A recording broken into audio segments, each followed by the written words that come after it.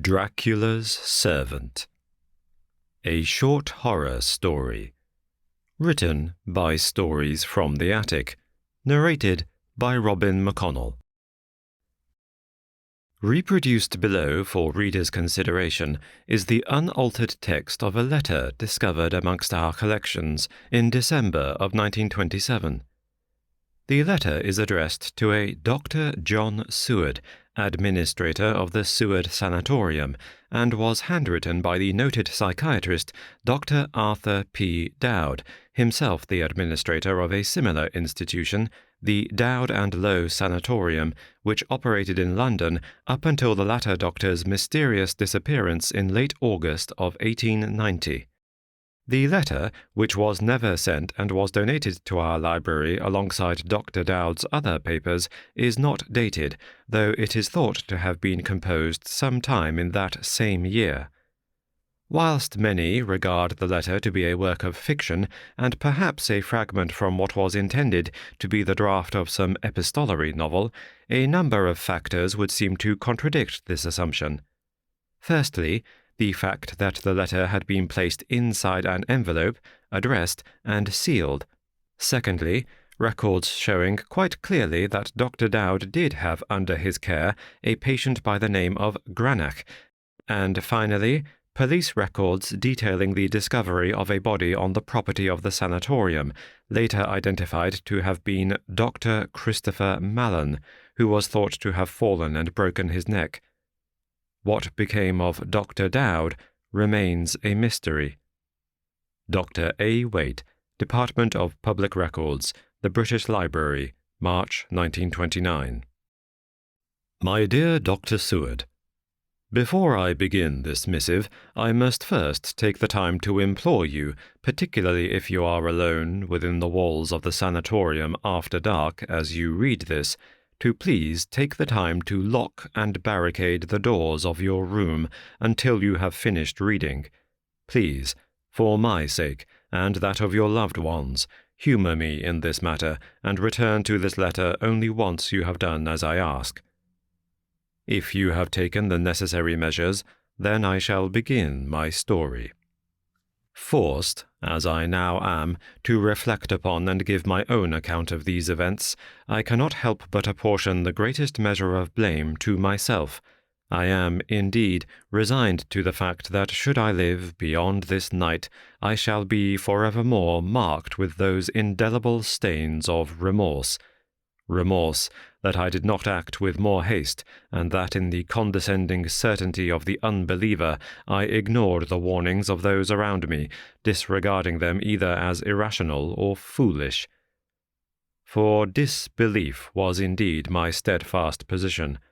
Only now, regarding those events in the blinding clarity of hindsight's scathing illumination, do I shudder and blush to consider with what short shrift I dismissed Christopher's claims, how readily I refused to believe, and how, with that one wicked bout of incredulity, I acted, however unwittingly, as servant and helper to a dark and malevolent master.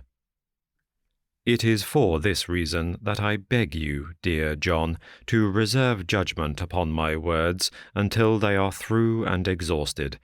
For whilst it would be all too easy for you to fall into the same trap as I, and succumb to your own natural skepticism, I ask you, for now at least, to resist. I write to you by way of both a confession and a warning, knowing as I do that you have experienced similar circumstances. I ask only that you respond with more wisdom and grace than I did. I ask you to listen, and then, if heaven grants you the time, to act. When first you shared with me your experiences and observations of your patient R. M. Renfield, I was understandably unnerved by what you referred to as his zoophagous tendencies, but did not at the time allow myself to reveal to you just how interested I was in your patient and your work. Indeed, whilst I remember questioning you quite thoroughly on the topic, I also recall that I was reluctant to express too deep an interest, lest you might suspect that within the narrow stone walls of my own sanatorium I was housing an individual who had displayed the very same habits. Why I did not simply share this fact with you at the time, so that we might compare notes and work together to further our understanding is, I am sure you will already have guessed, a decision I can only blame upon my own professional pride. With your naming and labeling of this observed psychosis, however informally, you had jumped the gun, claiming for yourself the plaudits and recognition that would surely accompany such a leap forward in our understanding, if and when you decided to publish your findings.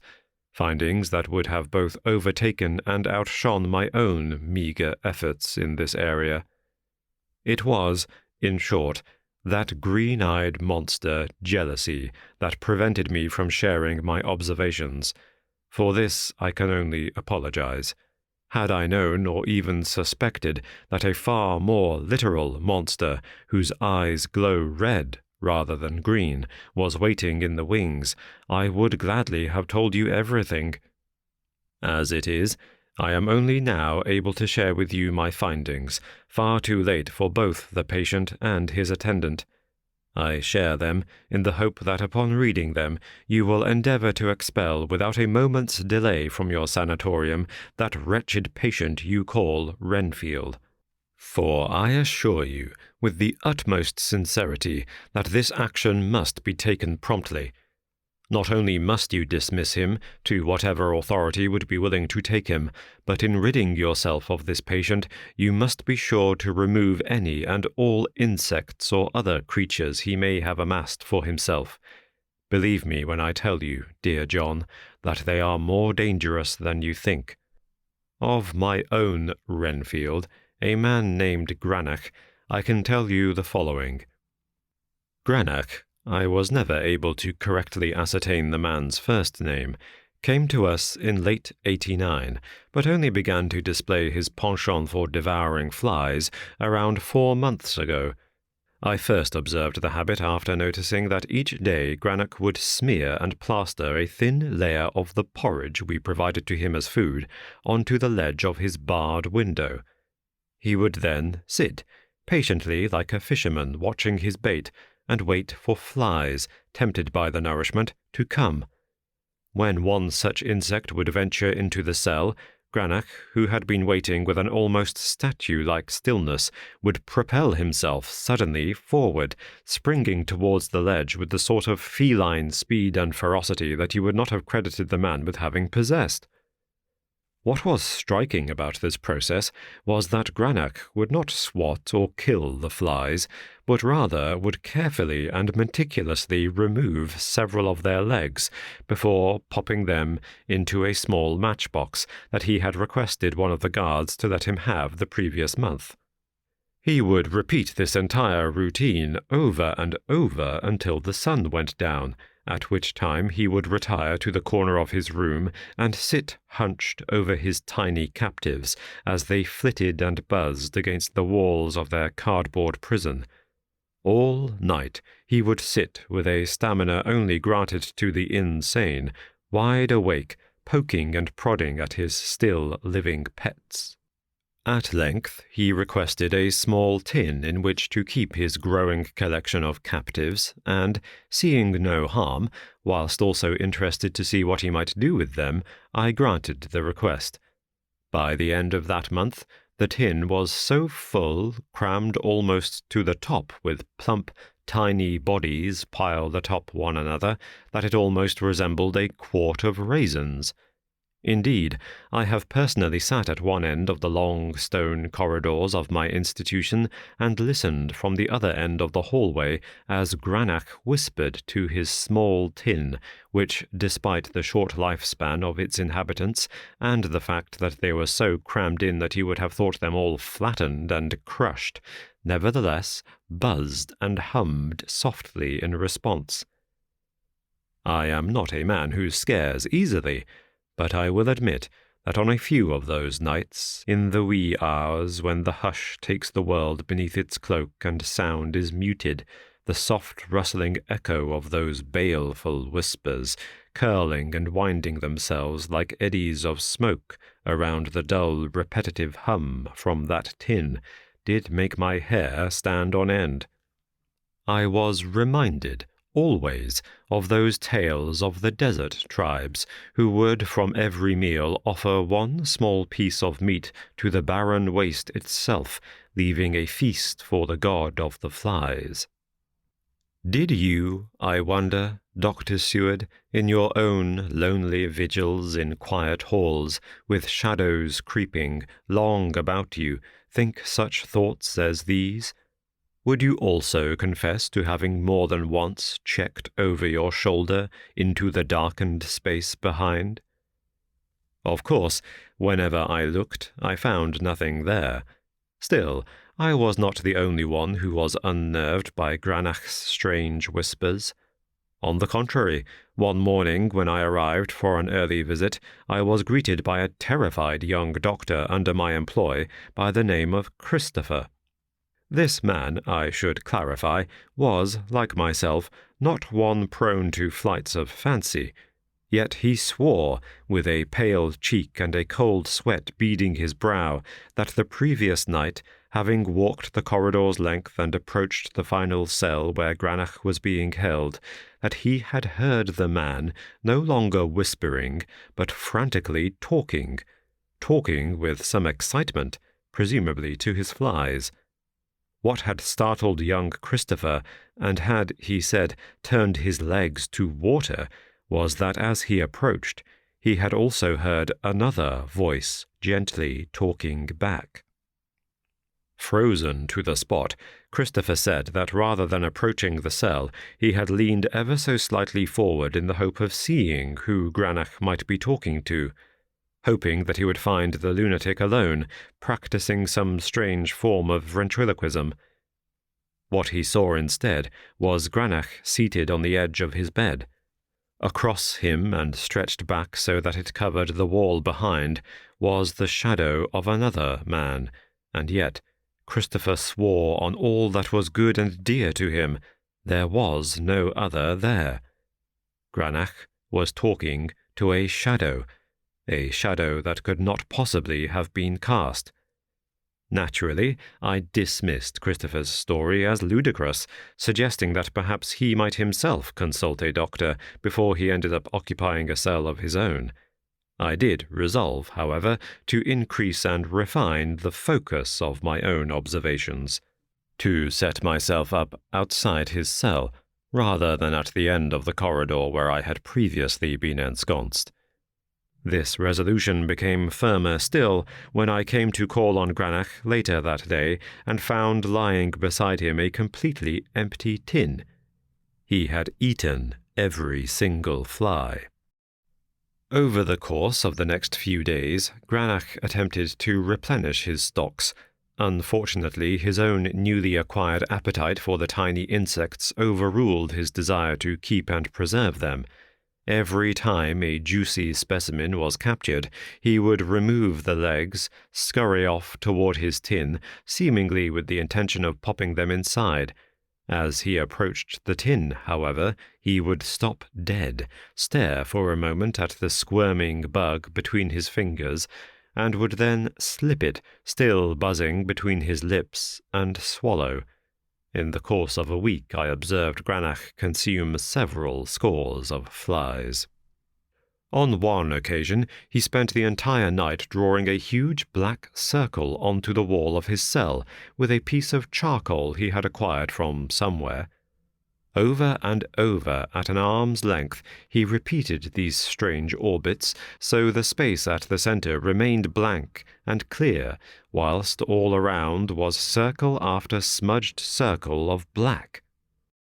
When, finally, he came to the last remnants of his drawing materials, he stood back, regarded the blank circle like a bright moon in the clear night sky, and then, with an admirable talent, drew in its centre a candle with a burning flame.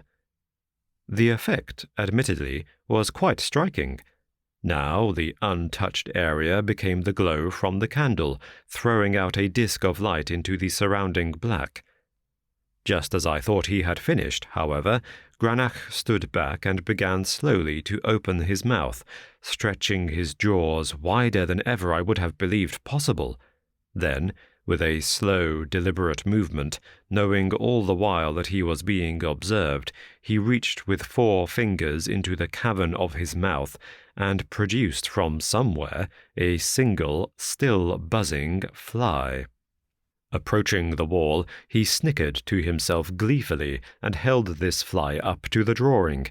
He then circled it over and over, as if it were turning tiny revolutions around the flame, then slammed it all at once into the wall, where it left, to my surprise, a deep red stain, as a mosquito from the tropics might, if crushed after it has fed. He then crouched, huddled in the corner, and began to mutter the same nonsensical mantra over and over. "Moth to a flame, coming and drawn, coming and drawn. He's coming, you know, and we'll come to him. Moth to a flame, moth to a flame." Where these jabbered ravings caught my attention more keenly was with the mention of a very particular name, a striking name that I remembered all too well from our brief conversations. The name of a patient under your own care, Dr. Seward. I am sure you can guess the name. It was the name Renfield. "Moth to a flame and Renfield. Renfield and I. Renfield and I. We are chosen. We are saved, Renfield and I. He's coming, you know. On high, darkened waves and padded canine feet. He's coming." I will swear 1,000 oaths that never during my interactions with Granach did I mention or even allude to your patient. It seems unlikely to me that they knew each other in some previous capacity, and even if this were the case, how strange and striking a coincidence it was that he should conjure from the many names of those with whom he had been acquainted before the madness took hold, the name, the very name, of a patient with near identical behaviors. More worrying still than these strange mutterings, however, were the physical changes in Granach. Though he continued to eat his ration just as he had, saving a small portion to lure more flies, and was, in fact, supplementing his diet with a steady stream of insect morsels, the weight was noticeably dropping and sloughing off him.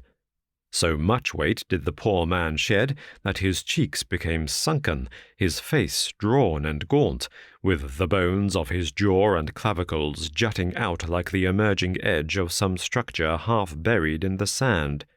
He became listless, skeletal in appearance, and hardly moving through weakness. He would oscillate between not speaking at all and shrieking wildly, opening his mouth only to blame the flies for his condition. In his mind, it was always the flies. "They cling to me. He clings and drinks. They're taking out the blood, and the blood is the life." Again and again he would say it, insisting with ever greater fervor that it was the flies that were to blame, that rather than him consuming them, it was in fact they who were eating, or somehow drinking, him. In a curious linguistic flourish, he would refer at all times to the flies as if they were a single body, one entity or a distinct personality all of their own, always in his thin, whispered rasp, always insisting that it was the flies. "The flies. He clings and drinks. The blood, the life. The blood is the life." Sometimes he would lift his shirt, showing me the thin layer of translucent skin stretched across his ribs, and would point as if I would see some bite or mark upon the skin. "Here!" he'd scream, pointing to himself. "Here! He's here! I've let him in! He's here!" Eventually I asked Christopher to physically examine him, to disabuse Granach of his delusion, and of course to satisfy my own records that there was no externally observable reason for his drastic weight loss. no infection caused by a horsefly bite or place where flies might be attached to the man's pathetic, emaciated body. No hidden flies that might, as he insisted, be sucking him dry of his lifeblood. Reluctantly, Christopher performed the examination, looking over every inch of my Renfield's pitiful frame, all whilst he continued to bawl. Renfield and I, we are chosen, saved. I've let him in. He's in here. At length, Christopher confirmed that, whilst Granach was clearly suffering some form of starvation or wasting disease, and there had been a marked deterioration in his health, his body was unblemished.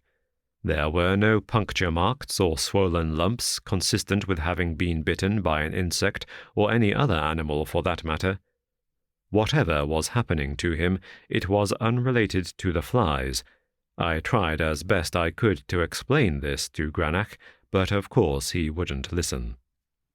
A few days later, Granach sadly passed away. Eager to know what had been the cause of his untimely death, I asked Christopher to examine the body and perform something of a post-mortem. The operation itself took place in the cellar room below the main ward, a small, windowless room with thick stone walls that we used as an infirmary when the patients became unwell or happened to do themselves or others a mischief. Equipped with a stone slab that served as operating table and furnished with the instruments required for such work, the room had also, on occasion, been used as a makeshift morgue until such time as the bodies of departed patients could be properly dealt with. I recall quite clearly that as Christopher opened the door and descended the steps towards this room, his own bag of surgical tools clutched in one hand, he threw me a look of such empty desolation that for a moment I did consider performing the operation myself. The man was terrified. In the weeks since his encounter with Granach's strange shadow, Christopher had become somewhat withdrawn and subdued. Whenever I asked him to perform some duty that involved Granach, even in the clear light of day, he would flinch and cower like an often-kicked dog, and, though he would diligently perform his duties, his reluctance was clear. Still, he could not have thought to have been harmed by Granach now that he had expired, and dutifully descended the stairs to perform the task as requested. It was less than half an hour later that I heard the hideous scream. Racing back up the stairs, one hand clasped over his mouth, Christopher ran towards me and pointed with one outstretched arm towards the stone steps. "The flies," he said finally. "They killed him." Rising from my seat and not a little irritated by Christopher's disruptive and frankly irrational behavior, I began at once to walk towards the steps that led down to the infirmary. "Nonsense, man," I scolded. "Today is Friday. Was it not only on Monday of this week that you examined the poor wretch?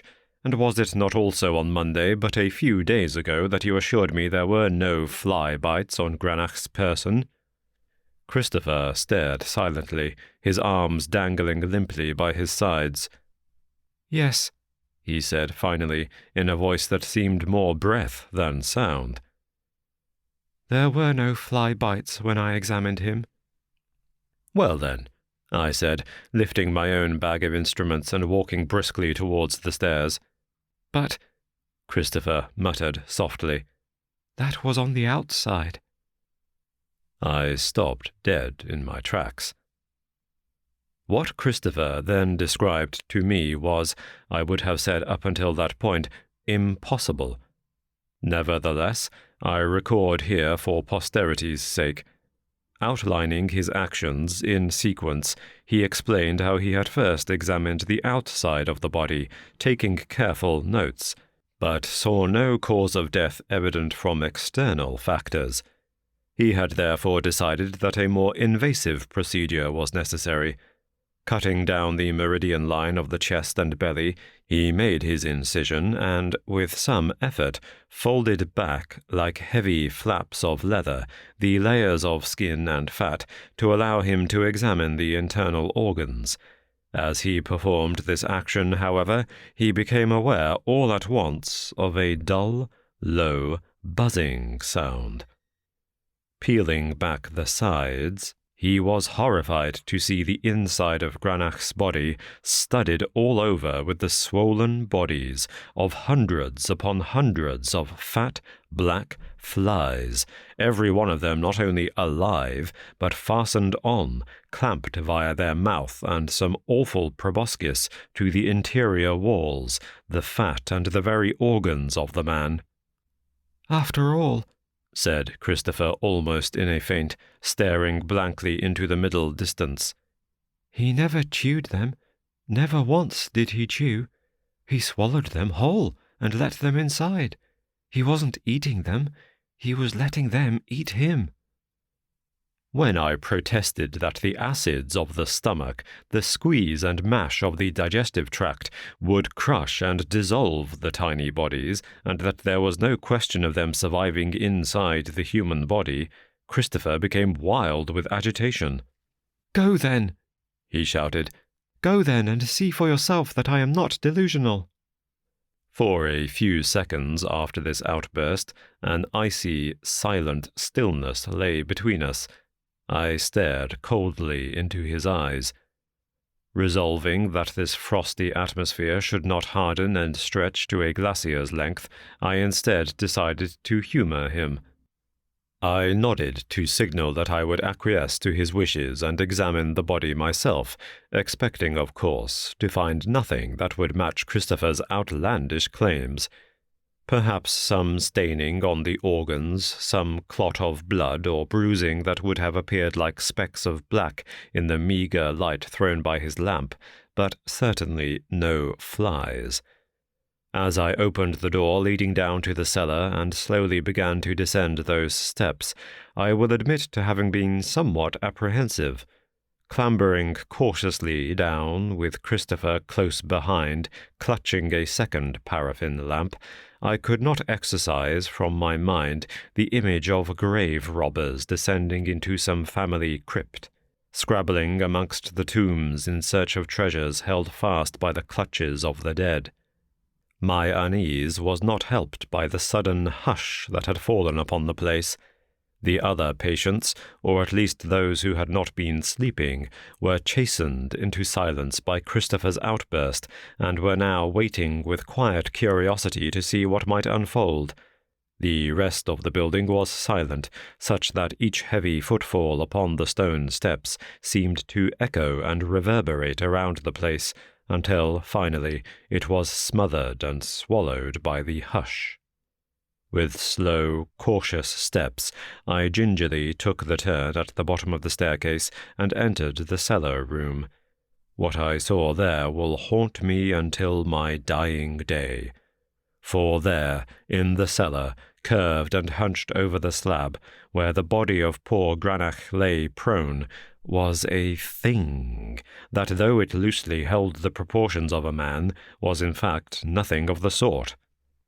The figure, a warped, ill-made mockery of human form, was of a blackness the likes of which I have never seen, like a thing made entirely of ink or a thick and viscous oil.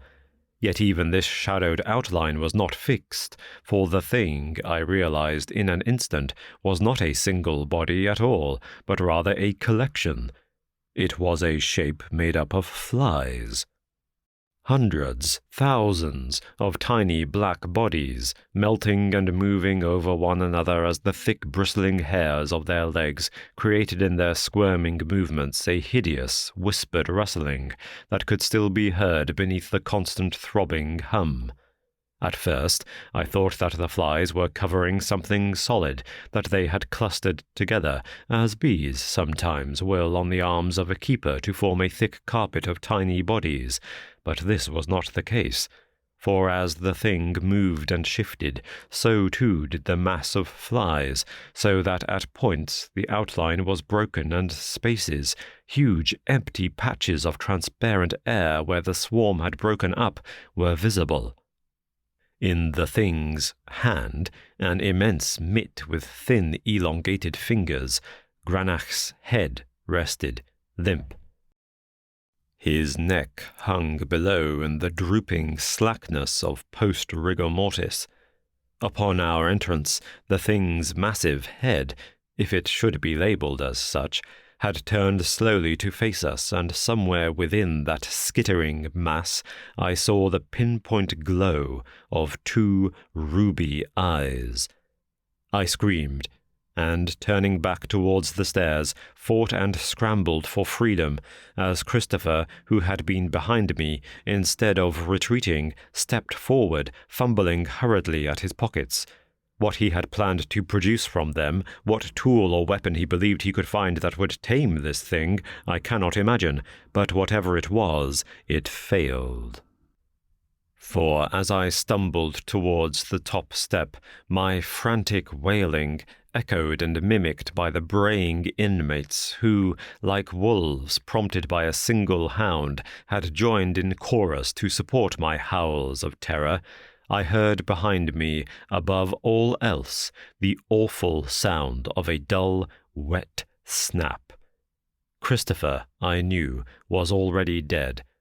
I slammed the door closed and hurriedly affixed a lock. When I began this missive, I told you that what I intended to pen was a confession, not of things I have done, but rather, as I recite from the pews each Sunday morning, of things that I have failed to do. In disbelieving Christopher, I ushered him hurriedly towards his hideous fate, and, whilst it is true that it was not my own hand that snapped his neck, mine remains a hand from which the blood shall not easily be washed. I waited until morning and several hours still before re-entering that room. I have wondered whether I should have gone back for Christopher, whether I should have remained, stood my ground and fought. Seeing his body the following morning, seeing the terror on his face, and the queer and unnatural angle at which his neck was bent, I am satisfied that I would have offered little in the way of resistance, and only assisted this fiend in claiming another victim.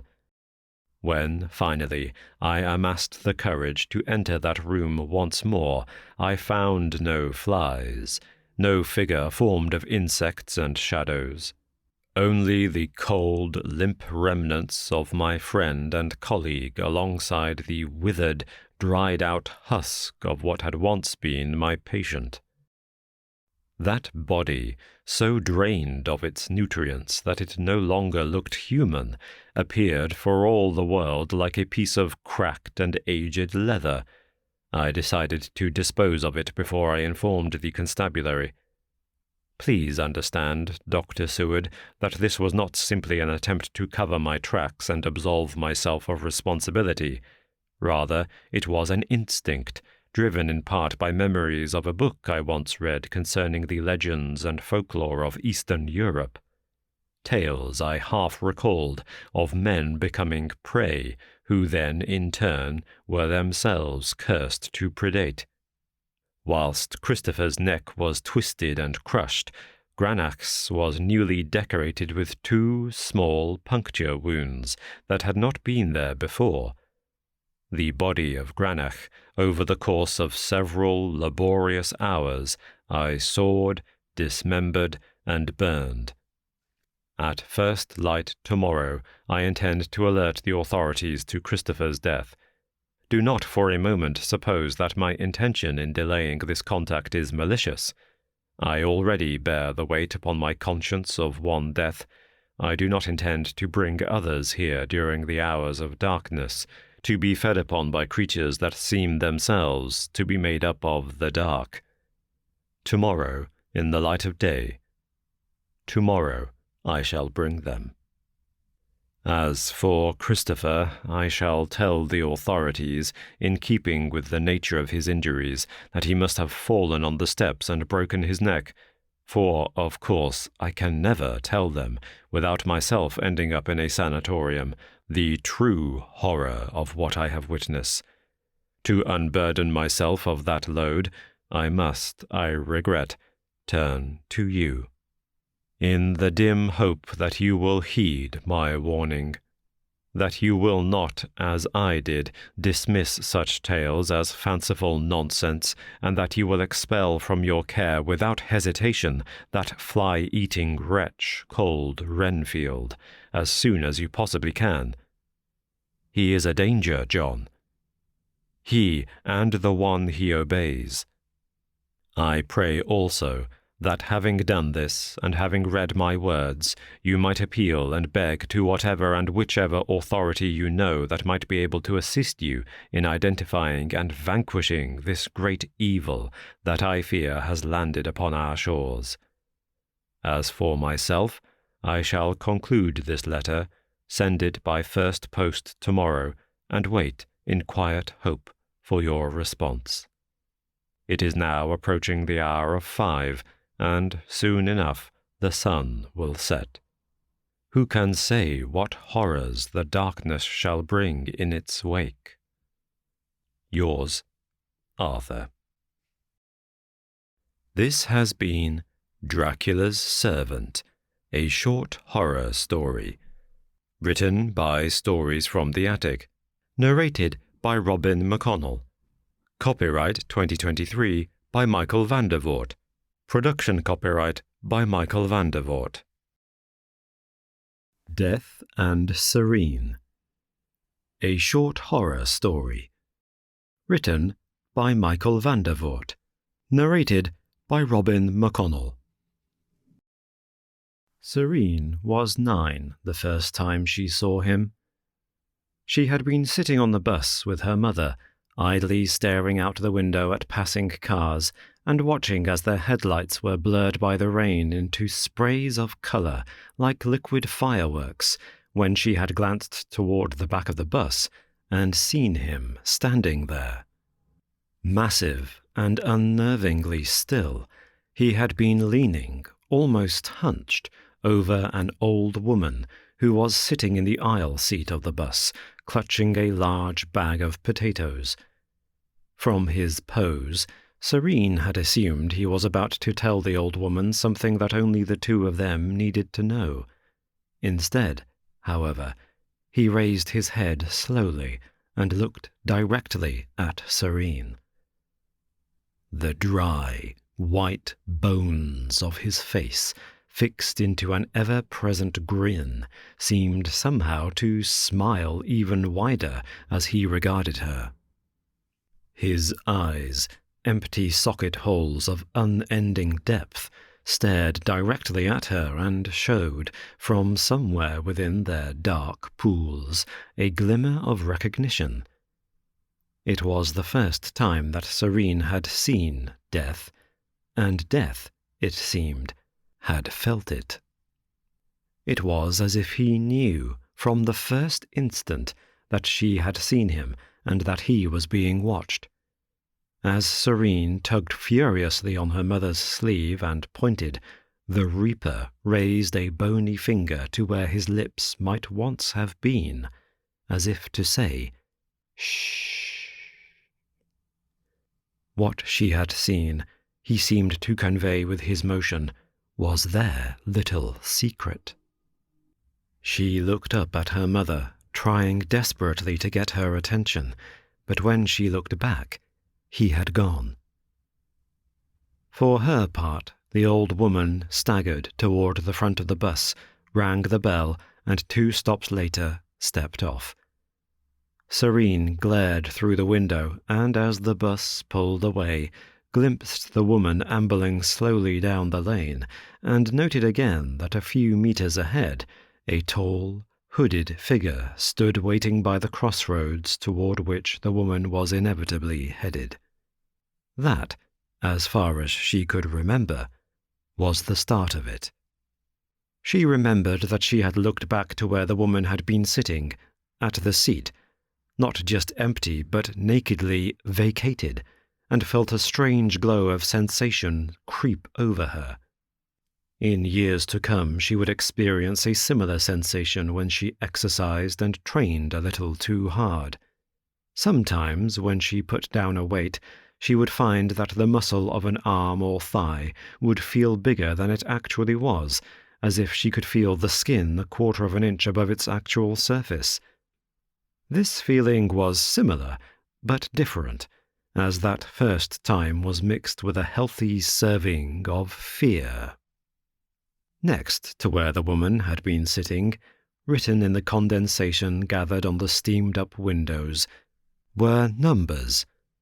She read them and realized in an instant what they signified. It was the date, with the time, 1907, scrawled above. She looked down at her Mickey Mouse watch and knew, more keenly and certainly than she had known anything before, that the woman who had stepped off the bus had less than 3 hours to live. The next morning, for the first time in her life, Sareen chose not to watch her cartoons with breakfast, but instead asked her mother to put on the news. Regarding her daughter closely, worried for a moment that she might be running a fever or coming down with something, Sareen's mother forced up a smile, nodded obligingly, and, rummaging behind a sofa cushion, retrieved the remote and dutifully changed the channel. For a while, as boring men in grey suits waffled on about things important to boring grey-suited people, Sareen regretted her decision and, having finished up her cereal, was about to ask her mother to switch the channel back, when she was suddenly jolted into silence. The news, at 20 past the hour, had switched from the international bulletin to local news. A different news anchor, a different studio, and a different top story. A story about someone she recognized. Standing in the rain by dripping melancholy of the scene, the reporter spoke in somber tones about the sad death of Mrs. Ina Wardlow, a 71-year-old local woman who had been tragically killed when a car's brakes had failed and it had skidded off the road and onto the pavement. The sombre voice was accompanied by a photograph of Mrs. Wardlow, whom the reporter said had left behind 1 son and 2 grandchildren. What struck Sareen most about this report, however, was not this detail about those who would mourn her passing, but rather the phrase with which it began. It was just after 7 p.m. last night that a man police have named as David Sutcliffe experienced complete brake failure in his Nissan Micra and careened off the road, hitting and tragically killing Mrs. Just after 7, thought Sareen, knowing, without any need for confirmation, that the just after was exactly 7 minutes. Stunned, panicked, and terrified, Sareen did what any 9-year-old would do in such a situation. She burst into tears. Despite sobbing uncontrollably for several hours, during which time she explained to her mother that she recognized the woman as someone she had seen on the bus the previous day, she also invented, seemingly out of thin air, some story about how she had smiled at Mrs. Wardlow and the old woman had winked at her before returning the grin. This, she thought, might be enough to establish a connection and explain to her mother why the death of this complete stranger might have affected her so deeply. Though she elaborated upon this story a little, saying that Mrs. Wardlow had waved to her after leaving the bus and that she felt really bad about her having been killed, she never once mentioned death. Somehow, that part, despite being the central, most important part of the story, did not seem like it should be shared. That was a private matter, a moment that was meant to remain between her and him. Their own special arrangement. For weeks after that, Sareen couldn't sleep. Each night she would lie in bed as her mother read a bedtime story, dreading the moment that she would lean over and flip the light switch, the moment when she knew the darkness would come. Somehow, since that day, the dark had become far more threatening. Whereas before she had worried, as all children do, about things beneath the bed and monsters in her cupboard, now it was not the things waiting in the dark that scared her, but rather the dark itself. The same dark, she knew, that had been coiled and sleeping within his bottomless eyes. A dark that threatened to go on forever, with no hope of light. Her mother, concerned by her daughter's gaunt appearance and dramatic weight loss, took her to the doctor's office and, when no clear diagnosis was given, proposed taking Sareen to the hospital. This sent her daughter into a panic, and she begged, pleaded, and screeched until her mother finally folded and agreed only to take her if her health did not improve or if there was some kind of deterioration. Years later, her mother would remind her of this and how terrified she had been of going to the hospital. In truth, it was not that Sareen was scared of hospitals, but rather of who she knew was bound to be there.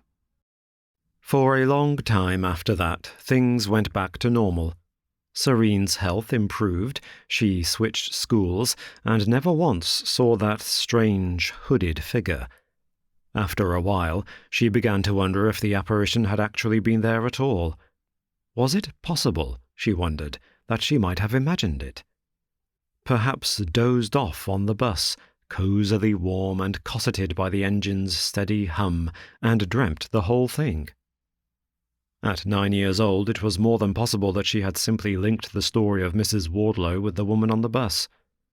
They may, in truth, have not even been the same person. All of these things, she thought.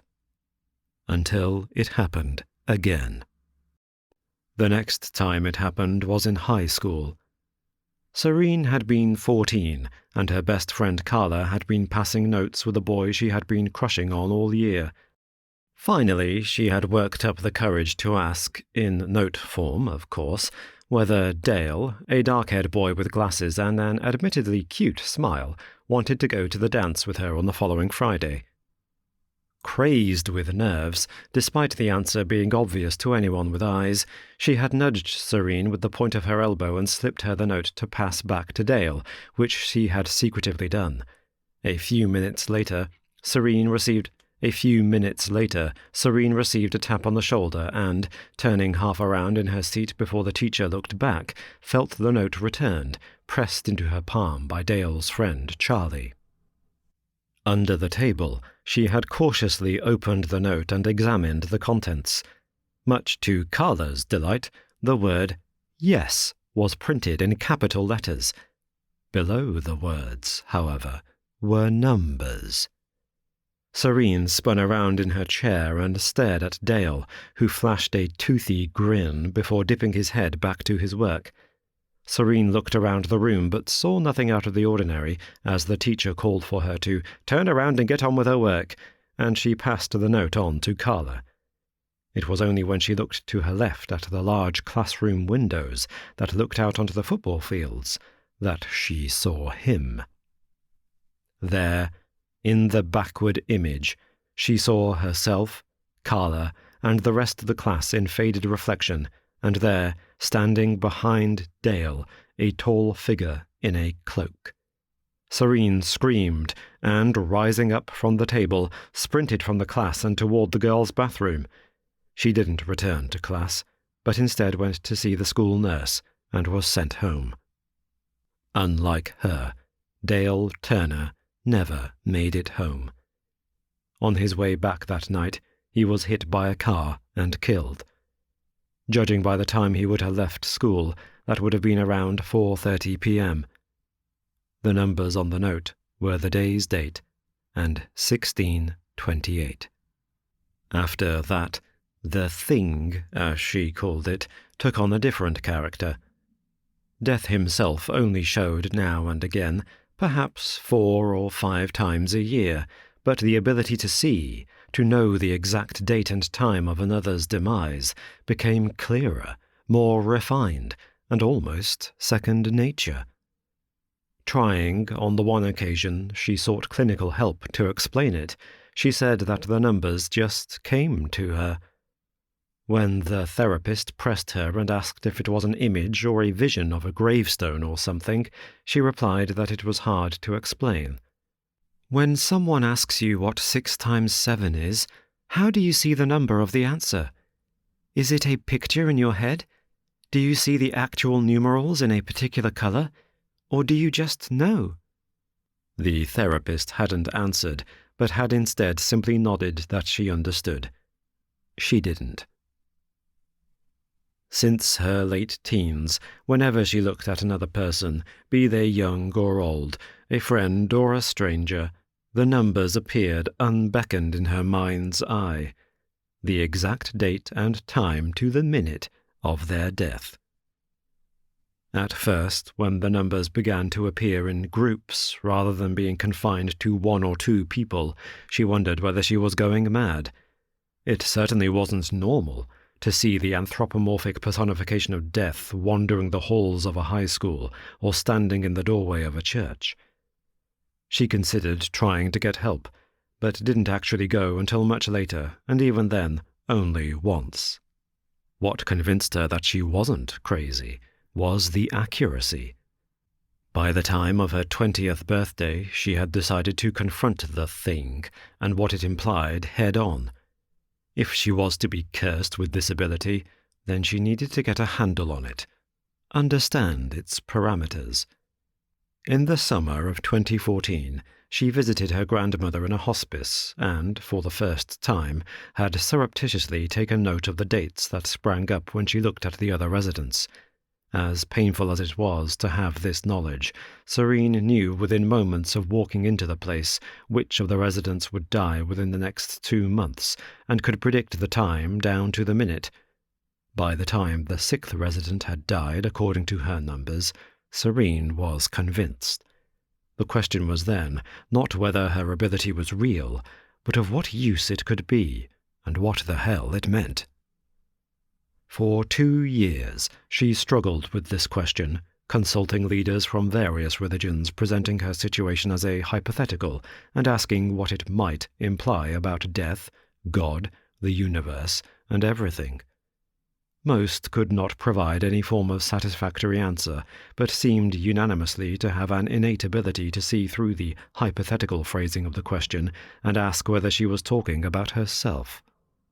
Be it a priest, a monk, a rabbi, or an imam, they all offered heartfelt and genuine sympathies before falling back on the maxim that if it is God's will, then it is a beautiful thing, and whilst the meaning might not be clear now, she should trust that it would come in time. She left all of them unsatisfied. The thing, as she took to calling it, was a constant distraction. She became highly practiced at working out the time between 2 dates in her head, knowing on sight roughly how long people had left. Sometimes the amount of time allotted seemed entirely random, and, at others, unnervingly cruel. Like the hideous pimp who would live on his profits well into his 90s, whom she had seen standing behind a Wan-like girl who wouldn't make it into her mid-20s. Or the overweight alcoholic smoker whose gym-loving son was training with the dream of competing at an event that he wouldn't live to see. Often, it didn't seem fair. Once, when she was sitting in the doctor's waiting room, she listened to 2 women discussing their upcoming holidays. One particularly loud woman was broadcasting the details of her upcoming getaway to anyone within earshot with such enthusiasm that it made Sareen smile and look up from her magazine. What she saw was a large woman of around 40 years of age with her 2 small children playing by her feet. All 3 had the same date, the times separated by a matter of minutes. Panicked, Sareen had interrupted the woman, saying that she had been so impressed by her enthusiasm about the break that she felt like visiting the same place herself. "Who are you flying with?" she asked with exaggerated curiosity. The woman eyed her suspiciously, noting that her friendly interest seemed to have mutated into something a little too friendly, but gave the name of the airline anyway. Abandoning her appointment with the doctor and sprinting from the room, Sareen rushed home, went online, and looked up flights on the date she had seen. Sure enough, the flight was there, the times she had seen being 2 hours into a 4-hour flight. There were no more seats available on the flight. Either by some very curious accident the woman and her children would die within minutes of each other whilst on that plane, or, as she feared, the whole plane was coming down. For the next week she agonized over what to do. The plane, she knew, would be carrying over 100 passengers. If she did have some way of knowing that the plane was going to crash, that some tragedy was going to befall that many people, then she had a duty to tell them, even if it meant being laughed out of the airport. If she kicked and screamed and made enough of a fuss, at least some of the passengers might be unsettled enough not to take the flight. She explained her plan to go to the airport and cause a scene to Carla, who, despite having a full working knowledge of Sareen's thing, had remained her close friend since high school, on the proviso that she never revealed to Carla herself the date hanging over her head. Carla responded by offering to drive Sareen to the airport and, if need be, to bail her out once she was arrested. In practice, once Sareen was safely in the car, Carla simply drove to a local supermarket, parked the car and made 2 phone calls from a burner phone, one to the airport and another to the police explaining that there was a bomb aboard the plane with that specific flight number. Then, throwing the phone into a nearby trash can, she took out her own phone and logged onto a flight tracker. Sure enough, the flight was grounded and the whole airport was closed. Then the pair simply sat in the car park and waited. "Even if it still takes off, the time will be different," Carla said, trailing off as her conclusion was swallowed by the oblivion of the known unknowable. The flight did not take off. In fact, it was rescheduled for the following day, the put-out passengers given a free night in a local hotel. Or at least they would have, had the bus carrying them to the hotel not been involved in a 6-car pileup on the highway. It was simply luck that most of the passengers survived. Unfortunately, Donna Lee and her 2 children were seriously injured and later died in hospital, only minutes apart. The turn of events shook Sareen. Questions, possibilities, and permutations raced through her mind in a blur of actions and consequences. If she had not intervened, if the woman and her 2 girls had been on the flight, would they and the rest of the passengers have avoided the car crash and survived? Or, if they had all made the flight, would the rest also have perished? She had no way of knowing if the times allotted for the others corresponded, or if her actions had changed their times, or if they were never going to be impacted by the flight at all. Surely, if that was the allotted time for the mother and her daughters, then it stood to reason that they would have died when the plane came down. It was the only scenario that made sense, which surely would have killed the others. Or, if she had not intervened, would some other turn of events have led the trio to have missed their flight? Would they still have been killed in some other road traffic accident on their way back from the airport? More frightening still was the idea that, perhaps, her intervention was already figured into the plan. Her actions meaningless in trying to fight the inevitable. If so, and there really was no way of escaping what had been written, if, no matter what she did, the outcome would have been the same, then what did that mean for free will? And, she considered, if she was so impotent, her role just to passively observe, then why did whoever or whatever was making these decisions bother to tell her at all? It was shortly after this incident that Sareen had her breakdown. A month later, sitting in the therapist's office, she felt the woman's skepticism like a wall of glass between them. It was as if the doctor could see her but would always be unable to reach her. She would forever remain distanced. Though she was clearly trying to help, or was at least mandated to, her therapist's predictable cynicism and inability to understand Sareen's situation made her seem to lack empathy. Approaching the meetings with a condescending, I know better manner that Sareen found it difficult to deal with. Unfortunately, as long as you allow these delusions to rule you, as long as you are unwilling to accept that this is all in your head, then you will be unable to heal. The therapist sighed, leaning back in her chair and peering over her glasses at the notes she had written during their session. The first step is acknowledgement. Without that, she added, pointing at Sareen with the nib of her pencil, then the prognosis isn't good. Sareen glared at the therapist and watched the numbers form in her head. As she rose to her feet and politely shook the woman's hand and thanked her, she knew already that whatever she decided to do about her thing, her prognosis, was infinitely better than the therapist's. "Okay, Sareen, I am rather busy, but I will see you again in a fortnight," the therapist hissed, looking at her calendar and not at her patient. Sareen nodded, though in her head she thought, "I doubt that." She walked from the therapist's office, resigned to the idea that if she was going to deal with this thing, it was likely she would need to do it on her own. Well, on her own and with Carla, whose Ford Mondeo rolled quietly into view as she waved enthusiastically out of the window. "How'd it go?"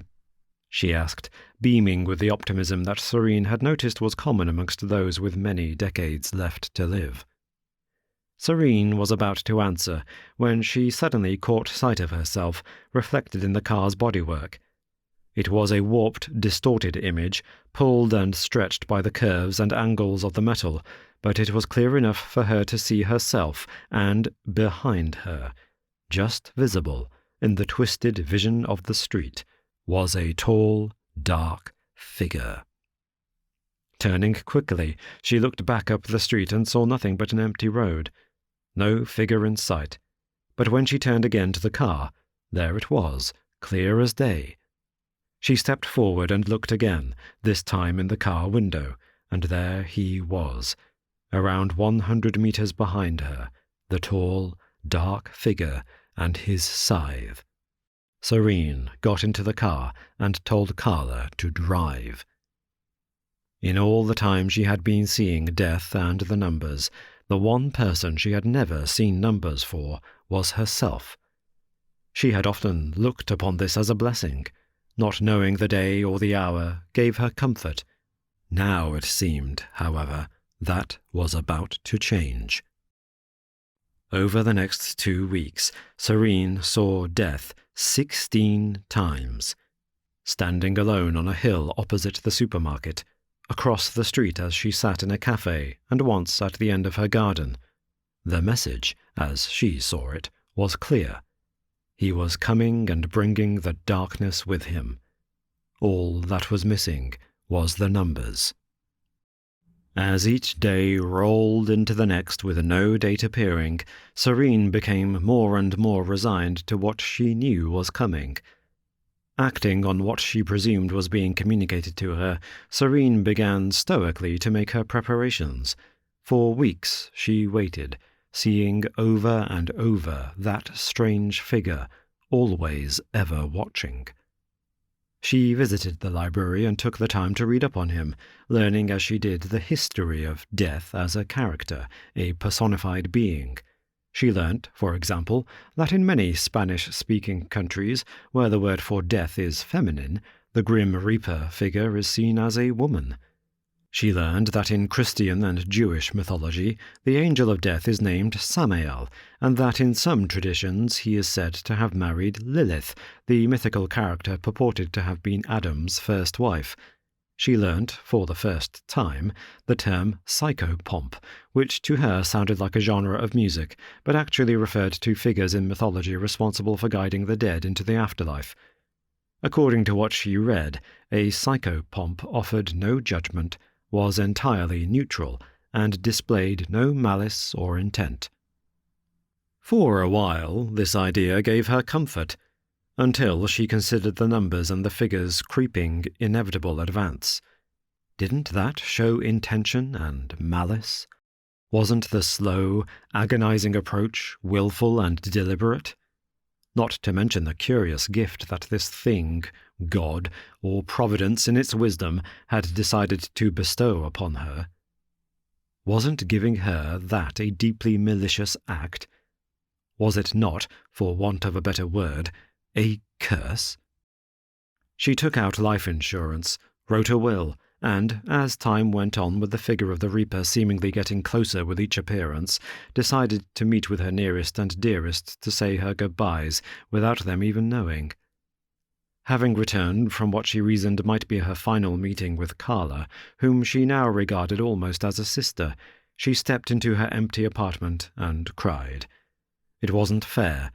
Not just the thing itself, but the lack of explanation, the total absence of explanation, of guidance or of help.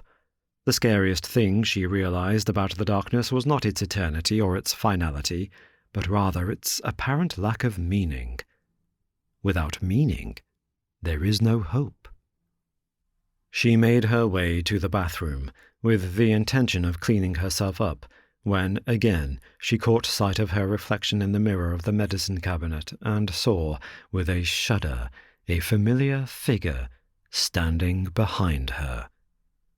The fixed, unwavering grin showing no hint of empathy, no glimmer of remorse. "I am death," it seemed to say, without speaking. "The end of meaning and hope." Without turning, she spoke into the mirror, addressing this form that stood for something beyond shape or image. "Why do you never speak?" she asked flatly. "I mean, why do it? Why show me this stuff if there's no point, no meaning behind it?" As she spoke, she felt herself becoming more and more frustrated, felt the fear and anguish of years, of the tragedies and terrors she had been forced to see, the things she'd had no choice but to know, boiling up inside her, and suddenly she no longer felt stoic, no longer wanting to be brave. Instead, she felt anger, righteous, indignant, and molten swelling within her chest, not at death itself, but at the silence that came with the cruelty. The cringing, awful cowardice of simply saying nothing. "Answer me, damn it! Answer me!" Death did not reply. Instead, he simply stared, looking forever forward with that awful, bottomless stare. "That's what I thought you'd say," she muttered as she raised her head, determined to stare right back. As she did, however, she saw, before her in the mirror, forming slowly in the condensation, just as it had the very first time so very long ago, a number, a date and a time. Silently, she nodded. 2 more days.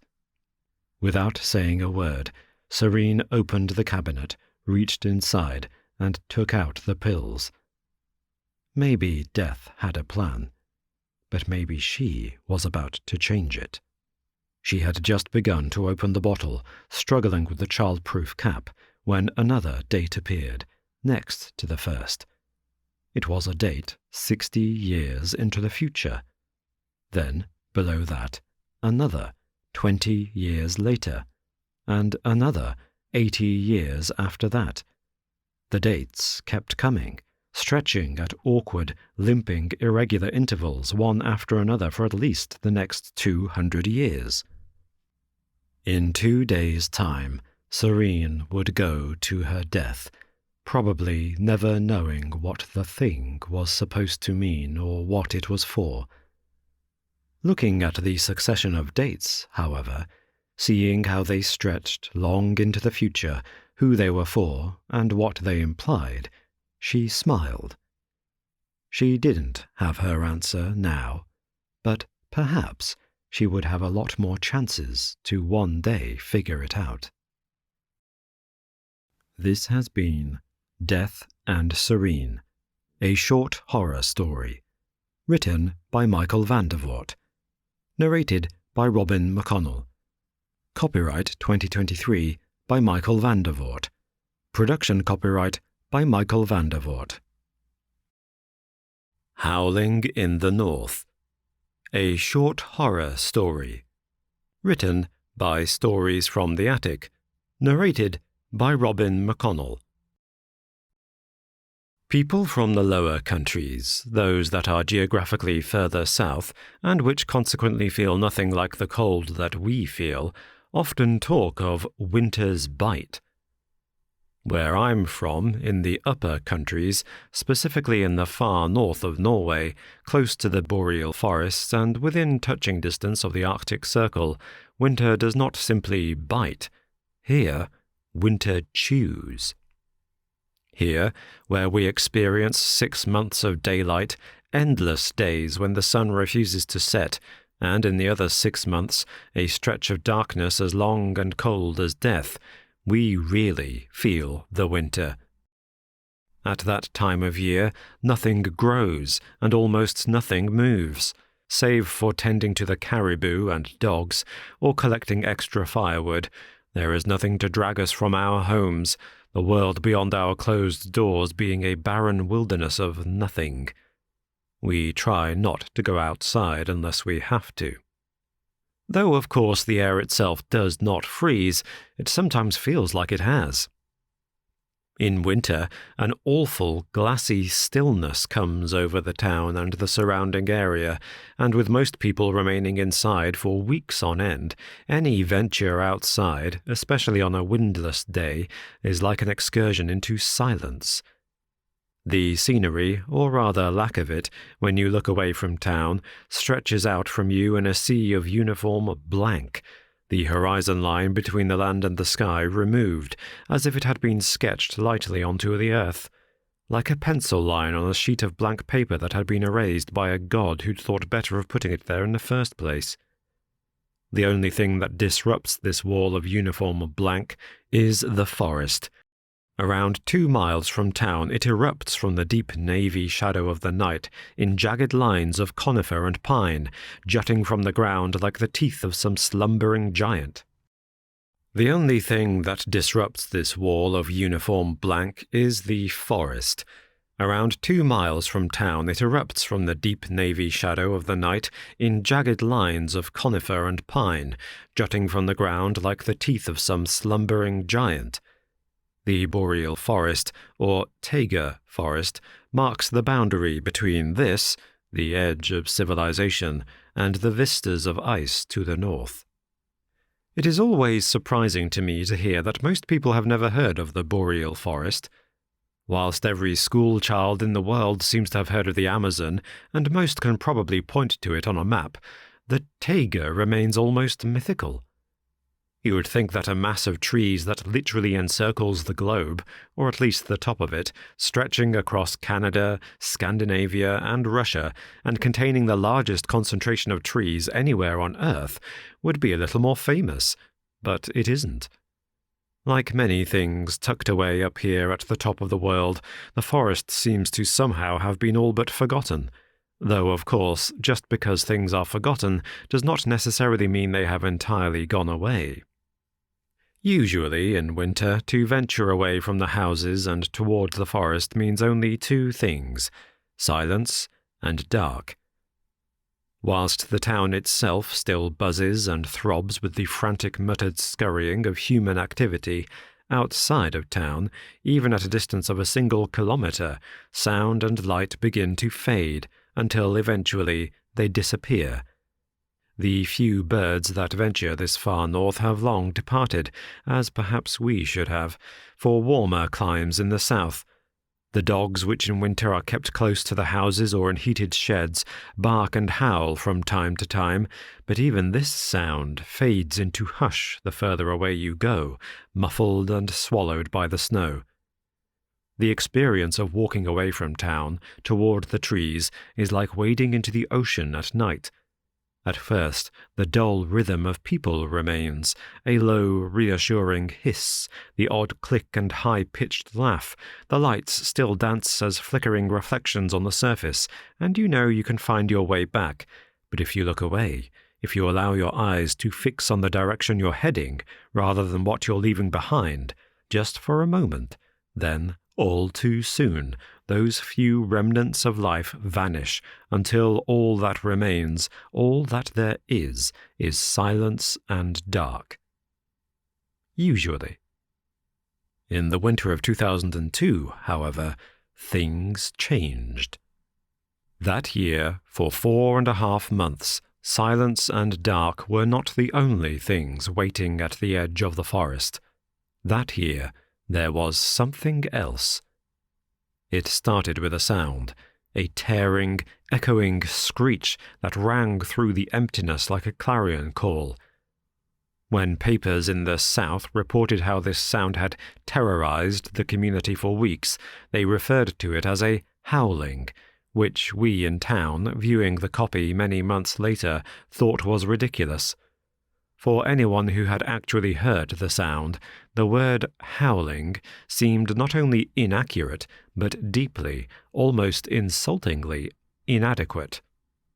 A howl, you see, is a familiar sound up here, not from wolves, though we do have Arctic foxes, but from the huskies and other sleigh dogs that we keep. To hear the packs baying at the moon is not uncommon for us, nor is it in any way unsettling. I remember, for example, the first time I read Bram Stoker's Dracula. I had been attending a university in Oslo at the time, far from my hometown, and surrounded by other literature students who could not understand for a second why I found the Count's famous line about the wolves so funny. In case you have not read it, whilst the protagonist, Jonathan Harker, is unnerved by the sound of wolves howling from the forests surrounding the infamous castle, the Count reacts with pleasure to the sound, encouraging Harker to "Listen to them, the children of the night. What music they make!" A line that most even now will hear in Bela Lugosi's thick Eastern European accent, and which seems to show the Count as intimidating, or at very best, a little strange. For my classmates, the Count's reference to the wolves as children of the night made him seem wild and sinister because affinity with these beasts mirrored his own savagery, and the fact that he referred to their discordant baying calls as music was incomprehensible, characterizing him as a lover of wicked or dark things. For me, however, the line not only made perfect sense, but was almost word for word what my grandmother would say whenever the dogs would start howling outside. Sometimes she would laugh and talk about them singing again, and joke that they made a better choir than the collection of red-faced and overweight ladies who would bellow the hymns at the church services every Sunday. To us, howling isn't scary. That sound, though, the sound that came pealing and gurgling from the forest, filling the air like a thunderclap, chilled my blood faster than any Arctic storm. Some said it was bears, forced south by the melting of the ice, the consequent inability to hunt and resulting lack of food. When someone else pointed out that the sound was nothing like a bear, these newly christened experts in animal behavior would explain that the sound was made by numerous bears calling at the same time. That, despite usually being solitary animals, the bears had been forced together by circumstance and were now travelling in packs, scouring the frozen barrens of the forest for food. When they came up short, they would wander close to town in search of a meal, roaring and howling because they were hungry, or so the theory went.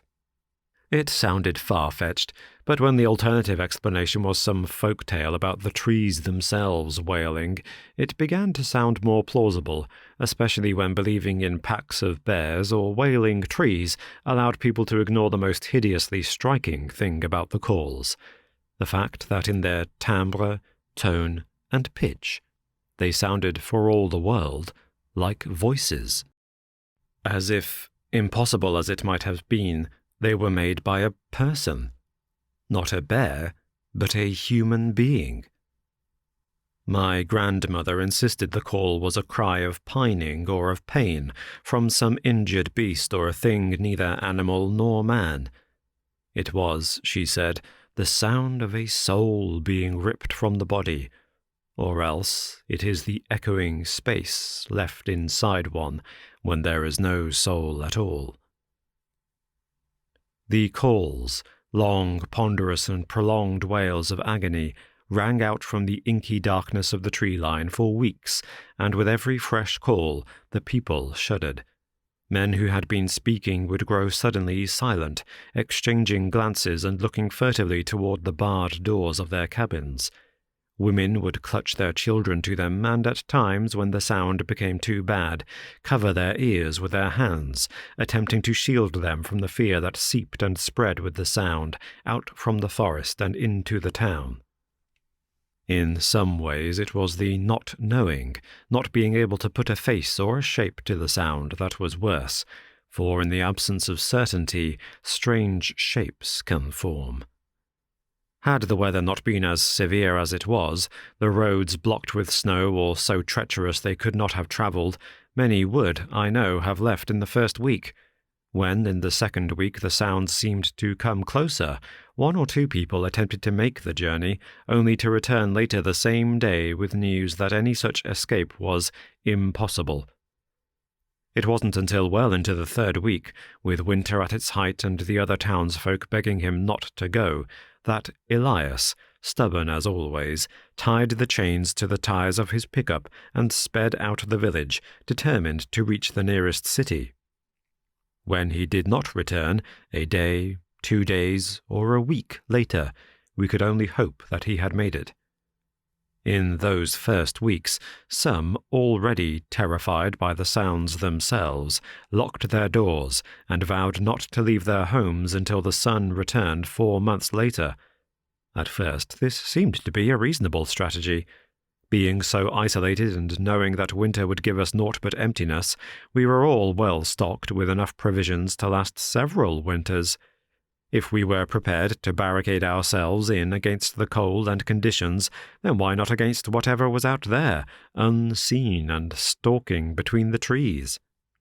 Many began to make preparations to do just that, stripping wood from their outhouses and buying up nails and boards from the one general store to reinforce their barricades. Until, that was, the first door was shattered. Luckily, that first time, no one had been home. Elias, the old man whose house had been invaded, had been at a church service when the intrusion happened.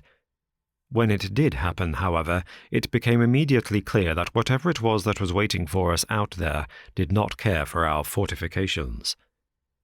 Barring doors and boarding windows would not keep us safe.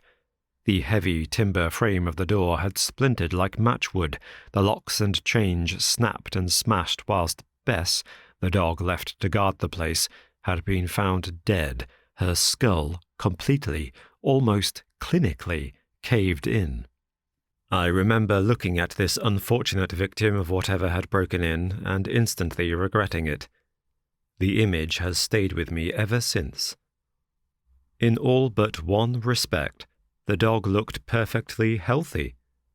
There were no tearing bites or slashed claw marks indicative of being mauled by some large predator such as a bear, nor was the body mutilated or partially eaten, as it most likely would have been had this been a bear attack.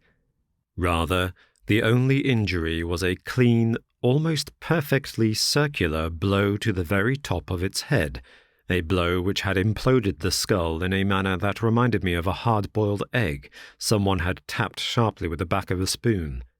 It was as if someone with expert timing and impossible force had hit the poor thing with a sledgehammer, killing it instantly. I remember, oddly, that beneath my obvious concern and horror at the incident, another callous, less sensitive part of me did reflect that this method of dispatching animals seemed almost humane, that the animal would not have suffered, and that if the technique were to be discovered it could be very useful to the caribou herders when they were forced to euthanize sick or injured animals. The only other injury apparent on the dog was to its mouth, as a number of teeth were either broken or indeed snapped clean off, embedded, it would seem, in whatever thing had entered its territory. The other strange thing about this first break-in was the nature of the items removed. Whilst a hungry bear or scavenging animal would presumably consume anything and everything it could find, whoever or whatever had broken into this cabin had been very selective, removing bread, specific tins, fruit, vegetables, and even a first aid kit. The perpetrator also made off, so Elias said, with several books. Some said this was an accident, that the bears, disturbed partway through their invasion, had escaped with anything they could grab clamped between their jaws. The books, they said, had been removed because the bears, with their acute sense of smell, would have picked up the scent of human beings left on the pages, cover, and spine.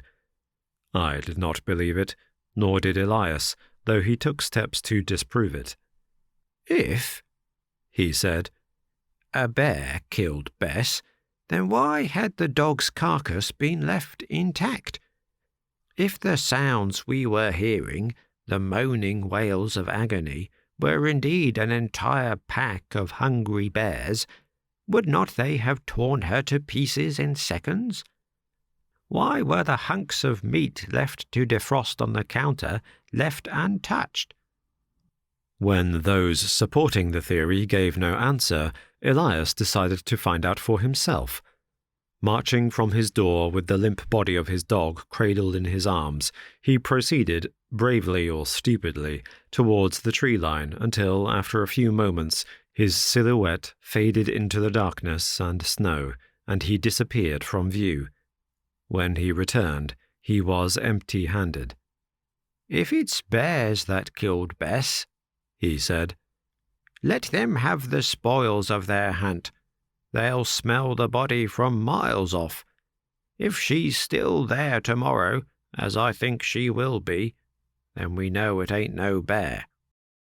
The others nodded, and that night, against a backdrop of darkness and the most hideous, pained, and mournful wailing, we all, religious or not, prayed. Despite what had happened to Elias's cabin and the fact that we now knew it was futile, we still added extra reinforcements to our doors, hoping that they would at least slow whatever was coming for us and allow us to escape. Then we waited, clutching mugs of scalding tea.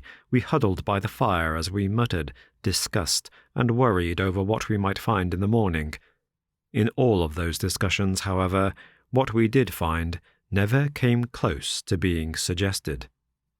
At dawn the next morning, a dawn marked by the clock on the wall, but not by any movement of the sun, the dark remaining as steadfast, thick, and immovable as it had for the previous month, a group of us, armed with guns and heavy with terror, emerged from our cabins and headed for the tree line to see what had become of Bess. I remember our slow trudge through snow that was shin-deep out towards the trees, and I remember feeling as if we were wading through the silence. Everything, save for the grunts and sighs of our exertions, was still, and our voices sounded so massive, foreign, and intrusive when we spoke that eventually we all chose to remain silent, each man clutching the icy metal shaft of his rifle and hearing in his head, if not with his ears, the sound of that horrible wailing. What we found at the tree line was as confusing as it was chilling.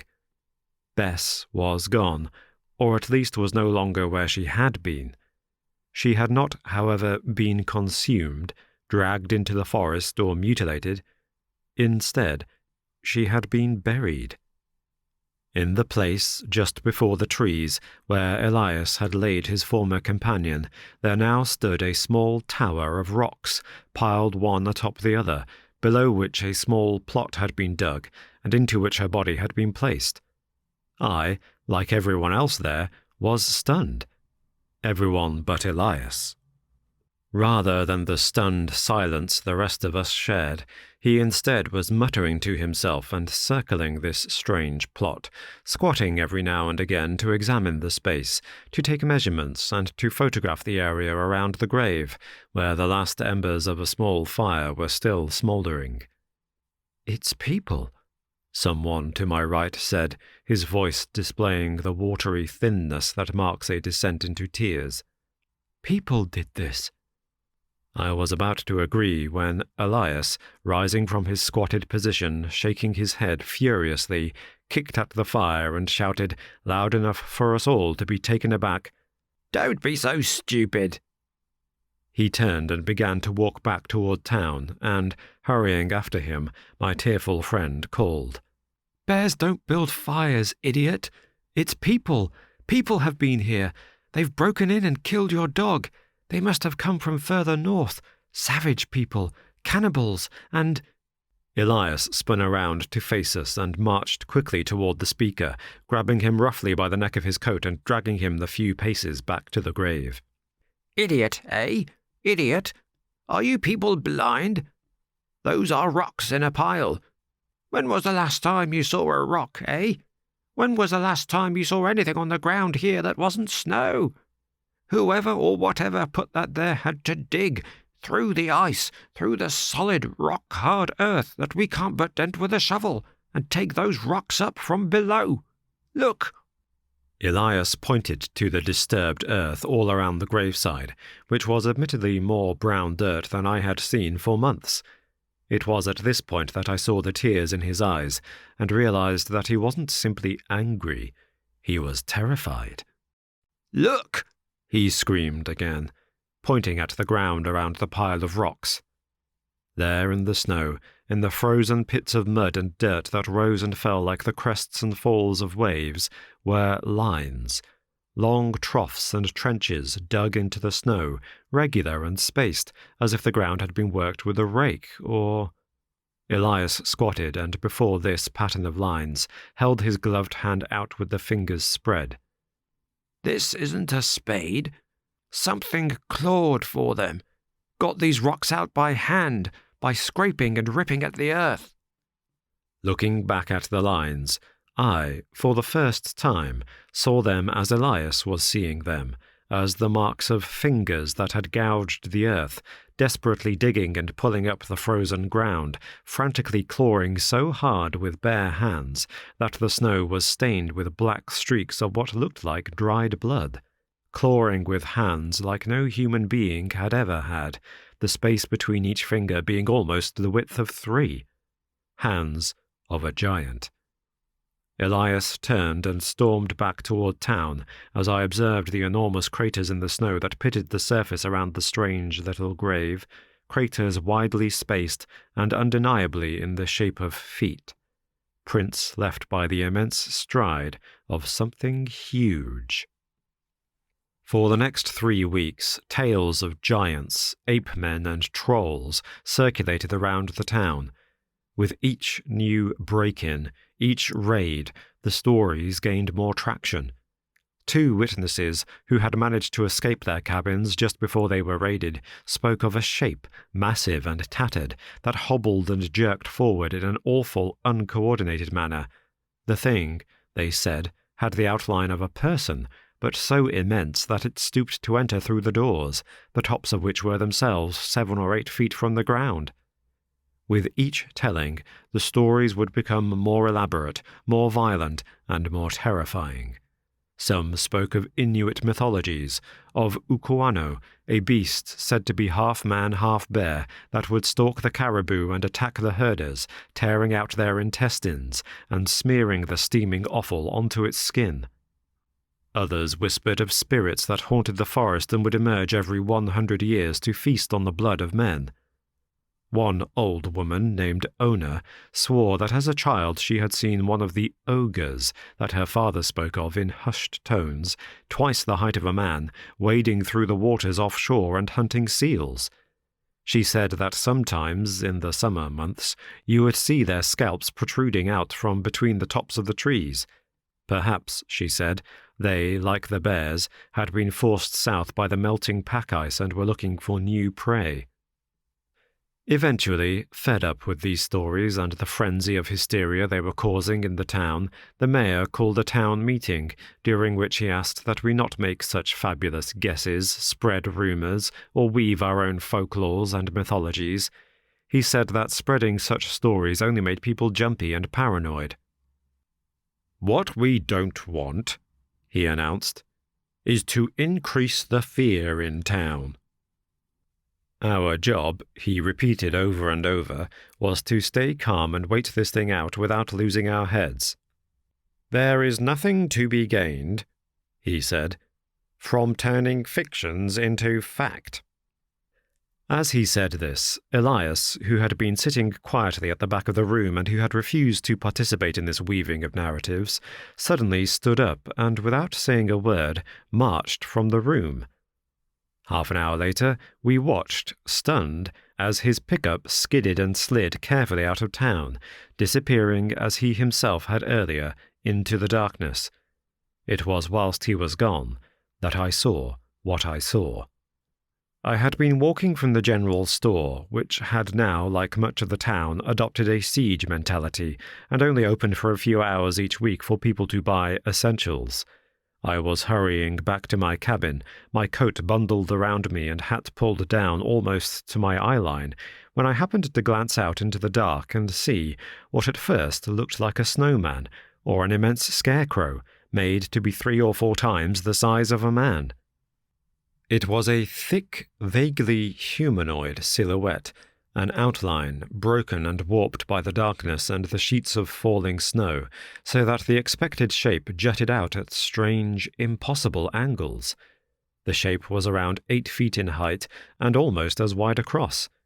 The head, covered over with some kind of hood or cowl, reminded me of prisoners being led from court when the police throw a towel or blanket over them to conceal their identity. At first it didn't move, but instead simply stood watching, waiting. This immense, dark shape, like some silent reaper on the edge of town, watched. I saw no features, only a deep black outline, a shape indistinct and malformed that began in a slow, haphazard, and distinctly painful-looking locomotion to shuffle in slow, laborious movements back into the dark and back toward the trees. I ran for my life. It was almost a week later, in a lull between the wailing, that another sound, low and rumbling, was heard through the town. The sound, I knew immediately, of a motor engine. Elias's truck. The car rolled unsteadily back into town, and, to the surprise of many, contained only Elias. Most had presumed that if he had managed to reach a city, he would have brought people with him, the police or the wildlife agencies with nets and guns, or else he might have brought a fleet of cars back with him so that we might all be evacuated. Instead, he arrived alone, with a large tarp fastened over the flat back of his truck, stocked, it seemed, with provisions. "He just went to stock up for himself. He hasn't raised the alarm at all," some screeched, calls to which Elias did not respond. Instead, he simply rolled his car up beside his cabin, got out, and went inside. I was part of the small crowd that gathered outside his house, filled with questions and hopes of a solution, an escape. When he emerged moments later with his sled, he did not answer questions. Instead, he addressed the gathered crowd, not with an explanation, but with an instruction. "All of this," he said, waving at whatever was under the tarp, "needs to go out there." He waved at the darkness outside of town, to the blank expanses beyond the reach of our electric lights and out toward the tree line. "It needs to go out there, and it will get there much faster if you help. If you don't, I'll take the damned stuff myself." Despite there being scores in the crowd, only a half-dozen, including myself, volunteered. I, like them, was scared, but I believed that Elias had the answer to that fear, and even if he didn't, what use would hiding do against a thing like that? Over the next hour, without ever questioning why or what exactly we were shifting, we loaded the heavy wooden crates onto sleds, pulling from the back of the pickup and placing them carefully onto the pallets as Marnie and Jan fastened up the dogs. Then we headed out, dragging whatever strange cargo Elias had brought out to a point by Bess's grave. It took us 2 hours, during which not a single person spoke. That night, for the first time in over 5 weeks, there was only dark and silence outside. The howling had stopped. The following night, I visited Elias in his cabin. Not because I was scared for him or myself, because I wanted to thank or praise him, but simply because I had to know. He welcomed me in, and after an hour or so, waiting to see if the howls would come again, I asked him what was in the crates. "Amongst other things," he said with a wry smile, "oranges." "It was that thing that the mayor said," he continued, "about fiction becoming fact. It made me wonder, and eventually convinced me. What if it isn't about fiction becoming fact, but the other way around? Fact becoming fiction? What if, 200 years ago, a British girl living in Switzerland, the daughter of a writer and one of the first great feminists, penned a story of horror based on fact and presented it as fiction? A story about a doctor obsessed with the secrets of life and death, about an abomination stitched together from the remnants dragged from the grave, which in the doctor's workshop of filthy creation he instilled with the spark of life. Maybe there's a reason that book was first published anonymously, and it was amongst those stolen from my shelves." I regarded him, stunned, following what he was suggesting, but not for a second believing that it might be real. Elias sensed this, and, moving forward, took both of my hands in his, staring deep into my eyes with a conviction I have rarely seen in any other person. "I know it sounds insane, but think about it. Sailors for years have talked about strange noises coming from the ice. Some have even spoken about seeing a dark figure, many times bigger than a man, standing perfectly still on the ice. What if Nona really did see an ogre wading in the waters between the pack ice? What if there really is something out there that we all know about, that we could even give a name to, but which we never thought was real? At the end of that novel, a creature robbed of a soul and yet feeling, mourning every moment of its pain and rejection, walks out onto the frozen wastes of the Arctic with a promise never to return. But what if it had no choice? What if it was forced to come back? Now, I'm not talking Boris Karloff, flatheads and neck bolts. I'm talking about a wretched, tattered thing, sewn together and capable of wrath and yet cursed with emotions. A thing that reads Milton and speaks in poetry. A thing that can never, ever die, but which will always, always suffer. Can you imagine a thing like that not howling into the night in anguish and pain?" "Pain?" I asked, reluctantly admitting with this question that I was, however implausibly, going along with his suggestion. "Pain," Elias echoed, and finally, releasing my hands, rose to his feet and reached for a book. From a page he had clearly marked earlier, he read, "But a most extraordinary circumstance, and what would be scarcely credible upon any single evidence, is that the scars of wounds which had been for many years healed were forced open again by this virulent distemper. For though he was cured soon after, and had continued well for a great number of years past, yet on his being attacked by the scurvy, his wounds, in the progress of his disease, broke out afresh, and appeared as if they had never been healed. Nay, what is still more astonishing, the callus of a broken bone, which had been completely formed for a long time, was found to be hereby dissolved, and the fracture seemed as if it had never been consolidated." He snapped the book shut and stared at me for a long time.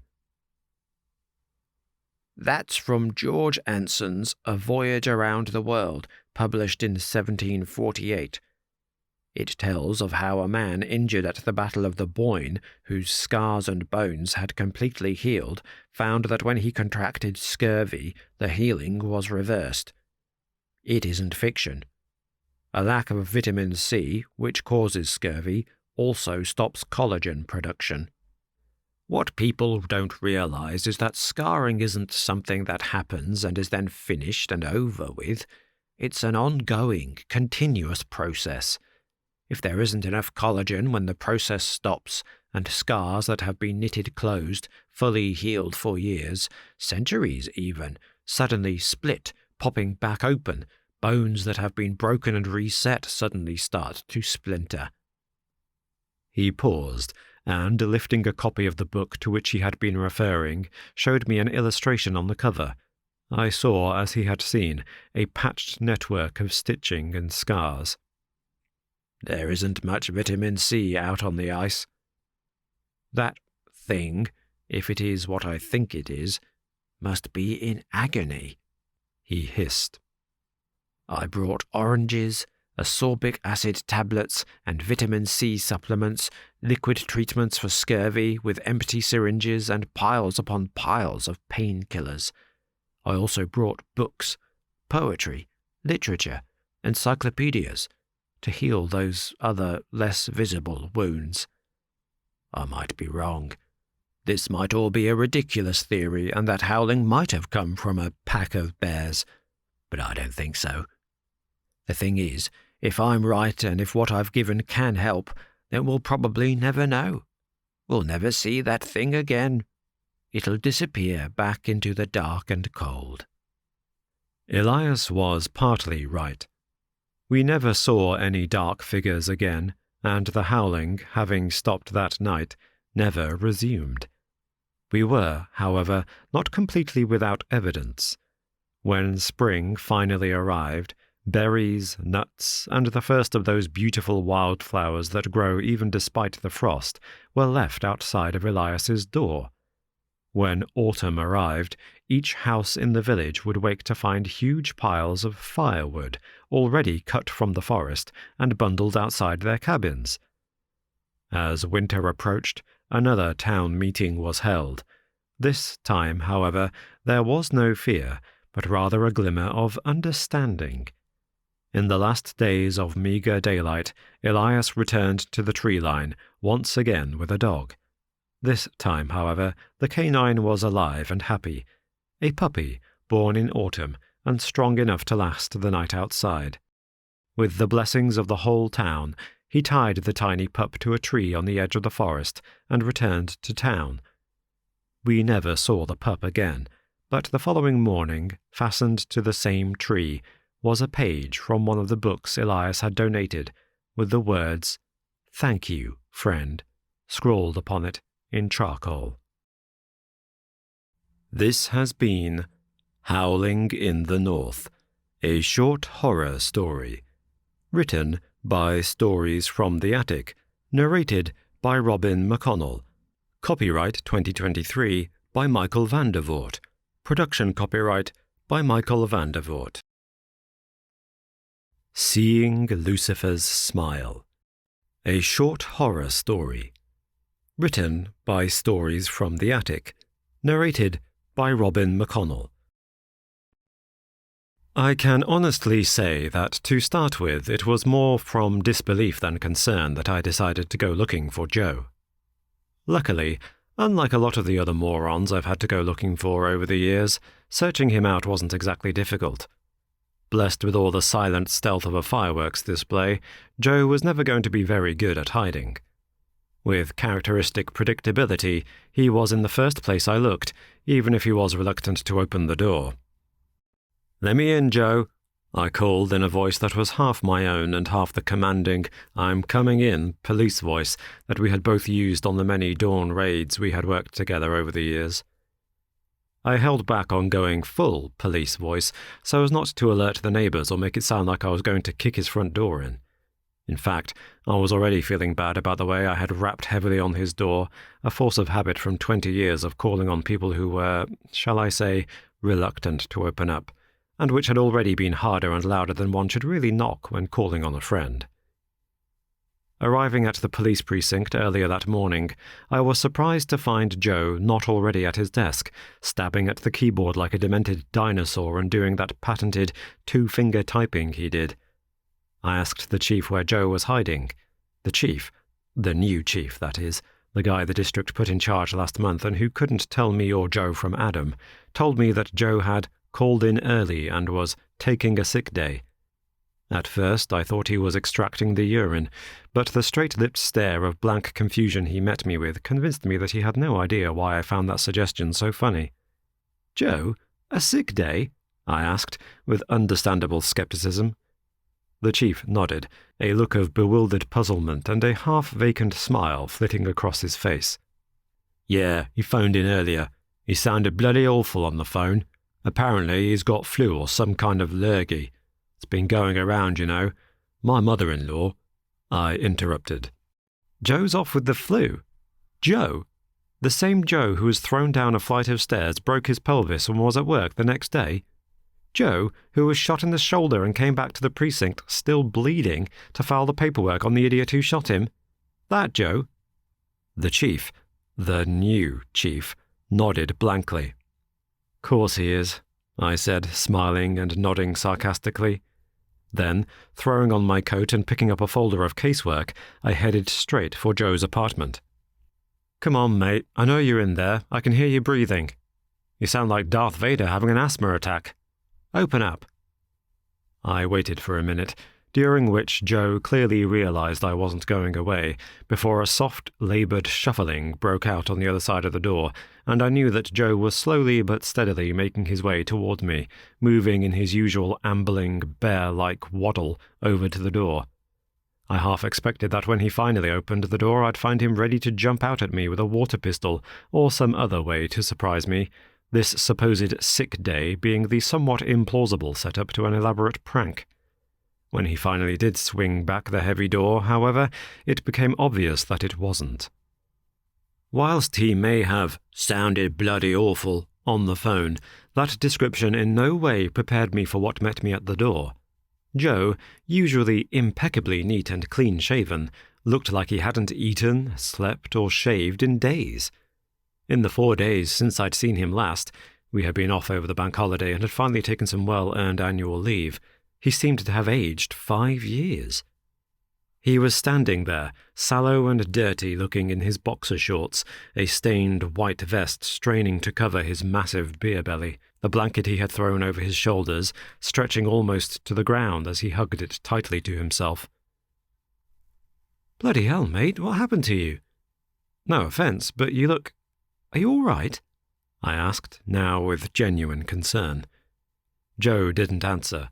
Instead, he simply turned, leaving me to close the door behind us, and shuffled over to the sofa, plonking his massive frame down on it, and slouching in a way that made it look as if someone had just dumped a second sofa on top of the first. "When the new lad told me you were off sick, I thought he was joking. 20 years we've been partners, and I never known you take a day off that wasn't owed to you. Never. Especially not because you'd come down with a bout of man-flu." As I said this, I recalled times that I had seen Joe sick, sneezing and sniffling during the long British winters, his head full of a cold. I remembered watching him drink a full bottle of cough syrup, pop 3 or 4 other miscellaneous tablets, and wash them down with a glass of whiskey before retiring to bed with an electric blanket to sweat it out. Sure enough, he'd miraculously emerged the following morning right as rain, claiming, as he always did, that any form of cough or cold could be cured through the application of whiskey, lemon, a hot curry, and a hot bath. Looking at him now, he definitely seemed to have skipped the last part. "I'm not ill," he said finally, and to my great relief. I haven't really slept for the last few days, and—" he hesitated. "Well, I haven't slept," he repeated. Looking at him, sitting there and appearing as if someone had sucked all the wind out of him, I didn't doubt it for a second. "What's up? I mean, how come you can't sleep?" Joe looked nervously from me to the television screen opposite, gesturing toward it furtively with his eyes as if it were another person he was scared might overhear us talking. On the screen, a thin young man with a mop of jet-black curls hanging almost over his eyes was flickering slightly, held in the jittering suspension of a paused frame. I should say for the younger folks out there that this was in 1999, long before the witchcraft days of being able to pause live TV, and when video recorders were still in use. I looked at the screen and back at Joe, who, having bent clumsily forward with what seemed like a great effort, was hurriedly collecting together documents and assorted scraps of paper from amongst the scattered debris of his front room and stuffing them, in no particular order, into a brown paper folder marked, I saw immediately, with the insignia of our department, a case file. "I've not really been out much over the weekend. Nowhere to go, really, since Jan died." Joe was referring to his late wife, who had passed away the previous winter from breast cancer. I was about to jump in and say that he would have been more than welcome at my place had I known, but he steamrolled on. "So, you know me. I thought maybe I could make myself useful and get a head start on that Dawson case. I brought the file and a few of the evidence tapes home and, well, I've been working my way through them." "All weekend?" I asked, stunned at the thought of Joe poring over files when he was supposed to be taking his first leave in months. He nodded and attempted something like an explanation. "You know what it's like. I got stuck on a detail. You know when there's something you can't figure out and it just gnaws at you? Like you can't figure an answer, but you can't think about anything else until you work it out?" I nodded, as a way of showing that the feeling was all too familiar. As a homicide detective for over a decade, I had many times found myself snagged on such a detail. One recurring idea that, like a whirlpool or eddy in the rapids, could catch and keep you simply swirling around in circles, retracing the same thoughts over and over as you tried to riddle your way through to an answer. Unable to escape, move forward, or think of anything else until you had an answer was incredibly frustrating, and hitting this kind of trap was the detective's equivalent of writer's block. It could bring about a sort of paralysis of thought until something came along to snap you out of it, or you found a solution. Looking at Joe, however, someone who I knew had been through these periods before and with whom I had even shared a few, I knew that there was more to it than that. "What else?" I asked bluntly. "This isn't just a sticky point on a case," I declared, waving my arm at him to indicate his appearance and altered demeanour. "No," he said, his head bowed. "It isn't just that. He snorted air through his nostrils before seeming to dive into his explanation. "Listen, I don't like admitting this, and I wouldn't to anyone but you, but, Jesus, Mal, it scared the hell out of me." I glanced down at the file and back at the television screen. "Okay," I said decisively. "Let's do this." Joe attempted to smile, but it didn't last long. For the next 20 minutes, Joe again and again repeated his warnings, cautioning me against getting involved and repeating that perhaps it would be better if he took this case alone, that with the benefit of hindsight it might be better for me not to get involved. "For Christ's sake, Joe, we're partners. My name's on the bloody file," I said, holding up the folder and pointing out where our two names had already been neatly printed as the case was assigned to us, both of us, together. "If you'd have just waited until Monday like any normal human being, then I'd have been there when we went through the file. I'd have been just as hip-deep in this as you are, so spare me the concern. We don't get to choose which cases we work on. Now, are you going to press play or not?" Once more, he protested, and only when I threatened to wrestle the remote control from his grip did he finally relent, press play, and visibly cringe as Sam Dawson, the boy with hanging curls, came suddenly unfastened and began at length to speak. Dawson, I read in the file, was 21 years old. He and his friend Michael Yates were found dead in an upstairs flat in the city centre. Whilst the coroner had initially been tempted to record a verdict of death by misadventure, he had been swayed by the contents of the video currently playing on Joe's VCR to refer the matter to homicide. He had also, according to Joe, been persuaded by the contents of the video to take early retirement, citing a sudden bout of ill health. I took this to be either an exaggeration or a coincidence, until I saw the tape. The clip began with Dawson looking directly into the camera. He was sitting at a large oak writing desk and before a bookshelf containing volumes with strange titles. He began in a grandiose manner and with an exaggerated sense of circumstance by welcoming the viewer as if he were presenting some kind of television program and was acting as the host. Welcome, everyone, to what will, undoubtedly, be a fascinating journey into the occult, the paranormal, and the unknown. By the end of this evening's ritual, we will have proven beyond a shadow of a doubt whether the Diaboli Risus ritual is simply a children's game, a snatch of folklore, or... Dawson smiled and leaned into the camera to whisper softly, "The truth." As the words left his mouth, I was already leafing through pages of the case file, looking for references to this Diaboli Risus, or at least a translation, when Joe's pale paw appeared in my view and slowly closed the file for me. "I've already looked it up. In fact, I did the exact same thing you did at the exact same time. If you keep watching, he explains it. Proper little presenter he is." Sure enough, when Joe released the pause button and Dawson sprang back into life, he leant back in his chair, steepled his fingers in sinister contemplation like he was mimicking the postures of an adolescent James Bond villain, and calmly broke into an explanation. The Diaboli Risus, or Lucifer's Smile ritual, as it has been known in Britain for the past 4 centuries, is first referred to in the work of Nerasmus of Gorim, a scribe and scholar of Christian theology and monastic history, whose other works included translations of apocryphal Gospels, an early encyclopedia of herbal medicine, and several astrological tracts prized by scholars of what is referred to as high magic. It represents the earliest form of a myth or folk game still popular in our urban mythology of today. Anyone who has ever heard of Bloody Mary, Candyman, or Joey Loam will know the basic parameters of these midnight games. Essentially, nowadays, these games are bravery tests played by teens at slumber parties or guys at Halloween parties hoping to spook each other. The idea is that you stare into a mirror and without averting your eyes, say the mantra or name of the thing you are hoping to conjure a specified number of times. On the 3rd or 5th time, depending on the myth, the thing will appear, either in the mirror before you or in the reflection because it is standing directly behind you.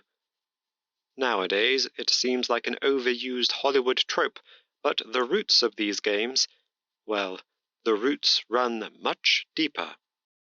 In medieval Europe, and indeed in larger population centres of Arabia, a process known as scrying was popular amongst those claiming to have some mystical powers or ability to commune either with the dead or with other denizens of the netherworld. Joe was right. This guy was a natural presenter. Confident on camera, he pronounced the phrase netherworld with a hammy, almost Vincent Price-like emphasis, drawing the consonants out in long, pointed sounds, and with a sort of malevolent theatricality. He spoke with an exaggeratedly upper-class British accent which, one sensed from its delivery, was not entirely authentic, but rather put on for the sake of this performance. Equivalent to, and perhaps preempting the traditional crystal ball, scrying was a process of divination based upon the use of mirrors, surfaces of polished glass, or in some cases the reflections found in saucers full of water or linseed oil. Whilst there were numerous applications for this kind of magic, and it is known to have been employed by a number of famous practitioners, including the notorious magician John Dee, the simplest and yet also most dangerous usage was conjuration, a form of name magic. These rituals involve looking into the surface of the glass and reciting the true names of demons, angels, and other spirits with the hope of bringing them forth, seeing their faces in the glass, and being granted the right to question or even demand services of them. Whilst this may sound simple enough, the original versions of this ritual were a far cry from simply saying the words Bloody Mary 5 times into a mirror and waiting for her to appear. Since to know something's name is to hold power over it, demons and other such entities are deeply protective of their true names. It is not a coincidence that when Jesus encounters demons in the Gospels, he demands to know their names. The process of finding and indeed testing the true names of such entities is a risky and highly expensive business, requiring years of painstaking research in numerology, translation, and theological exegesis. This was highly cherished, carefully protected, and explicitly forbidden knowledge. As such, it was also extremely valuable. One of the key reasons why the medieval grimoires, those gruesome spell books, bound in vellum and in some cases human skin, were so astronomically expensive was that they purported to share the known and acquired names of such things, names that were often written in such texts using elaborate codes or in forms that were incomplete. Nowadays, these same books are available to anyone interested in seeing them in online editions, each page of the manuscript carefully photographed, the belief being that the texts are of value for their historical significance alone, their more malevolent usages having been forgotten or dismissed as superstitious nonsense. As we will demonstrate tonight, however, they have not been forgotten, nor are they simply superstition. I glanced at Joe, ready with a dismissive grin and scoffing laugh, but saw that he was transfixed on the young man's words, with not a hint of humour in him. A jump cut. A new scene, this time with the camera at around waist height and clearly set on a tripod. The view was of a normal suburban apartment room. From the angle at which the camera had been set, you could just about see on the right of the shot the view through the doorframe into what I supposed was an adjoining room. On the wall, just before the door and in clear view, was an oval-shaped mirror fixed to the wall. The light was such that it wasn't possible to see the room reflected in the mirror, but rather an oval of reflected light, as if it were menacing out from the mirror itself. From somewhere off-camera, Dawson's grinning face appeared. He was bending double and shoving his face into the camera lens, initially making adjustments to the zoom and the angle to ensure that he could, from his position in this room, capture an unobstructed view of the mirror without the camera itself being obvious. Then he paused, stared directly into the camera, and again grinned. Clearly, the performance was about to start. Sitting cross-legged on the floor close to the camera and speaking in a hushed whisper, he explained exactly what was going to take place. We, the unnamed viewers at the other end of the lens, were about to witness what he referred to as the prank to end all pranks. In this short address to camera, Dawson's demeanour had altered entirely. Gone was the hammy upper-class pronunciation and the stiff history teacher posturing. Now he appeared like a giddy teenager excited by the prospect of getting one over on his friend. Okay, so here's what's about to happen, he began, rubbing his palms together and glancing over his shoulder at the mirror. Over the last few months, Yates and I have been researching the Diablo Rhesus ritual in detail. All of the stuff I told you earlier is accurate, and every night for about 3 months we've spent hours translating and cross-referencing names in these different texts to get the conjuration just right. But this, my loyal viewers, is not going to be just any conjuration. No, we're not aiming at some low-level denizen of the pit.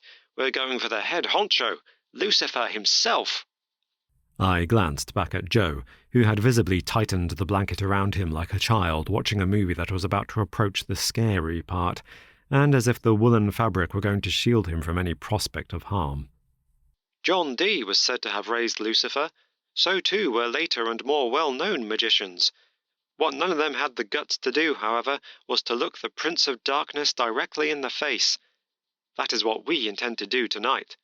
As legend has it, Lucifer was a beautiful angel before he was cast out of heaven.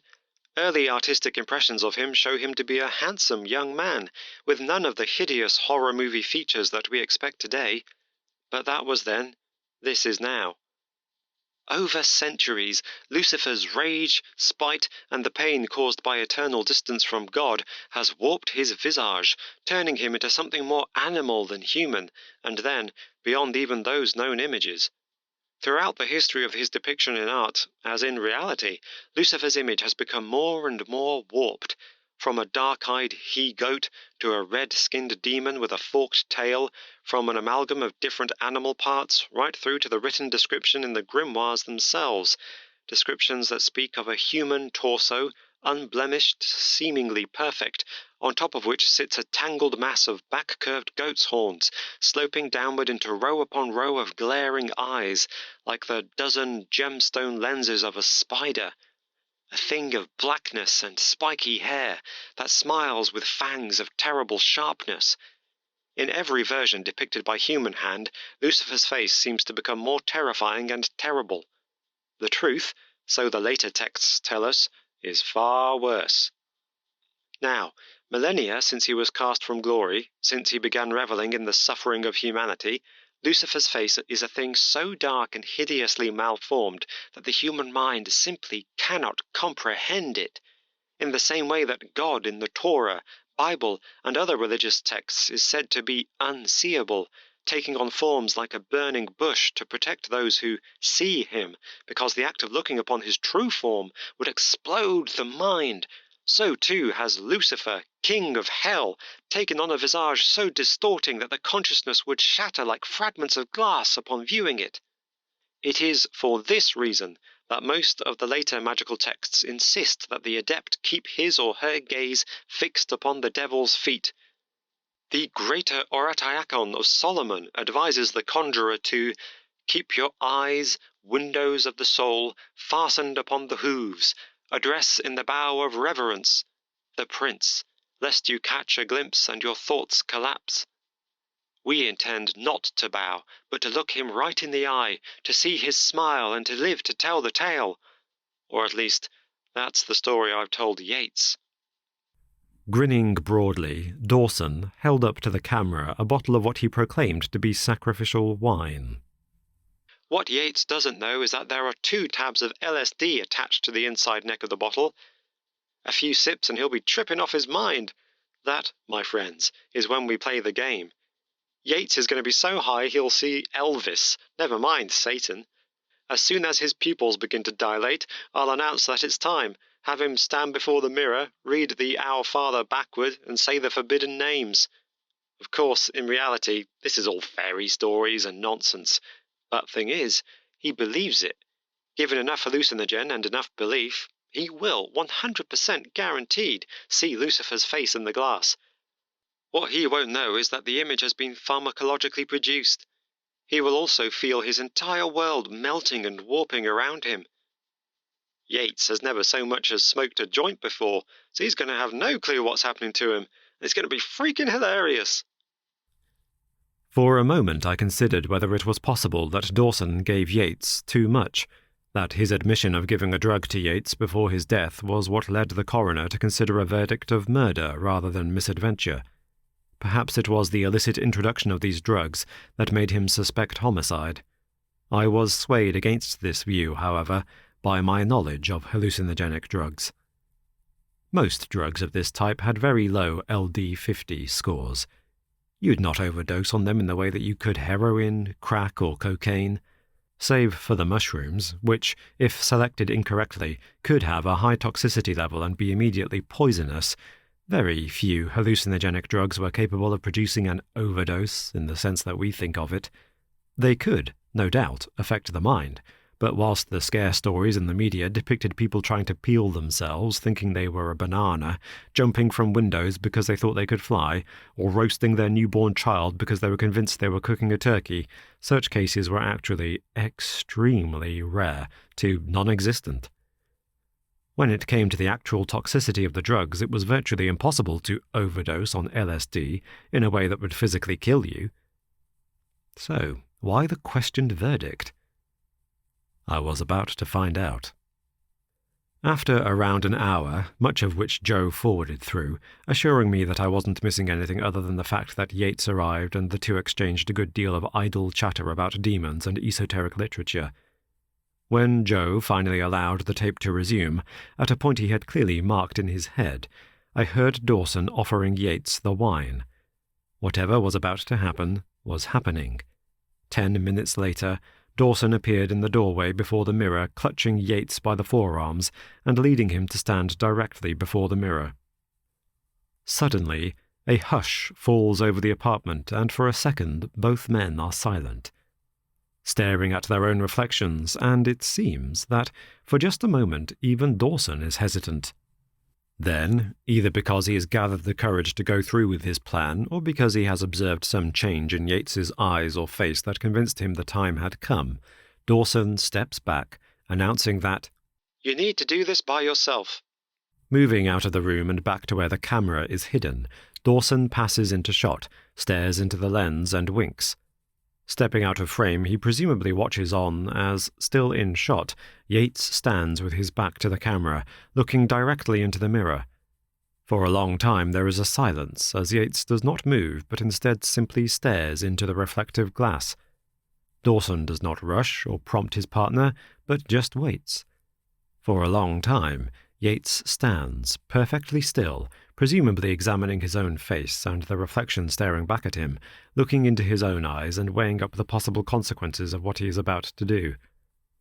Several times, we see his shoulders rise as he takes a deep, slow inhalation, presumably trying to steady his nerves and work up the courage to go through with it, considering, perhaps, that what had sounded so simple in discussion, or when read from the page, now seemed suddenly, horribly, real.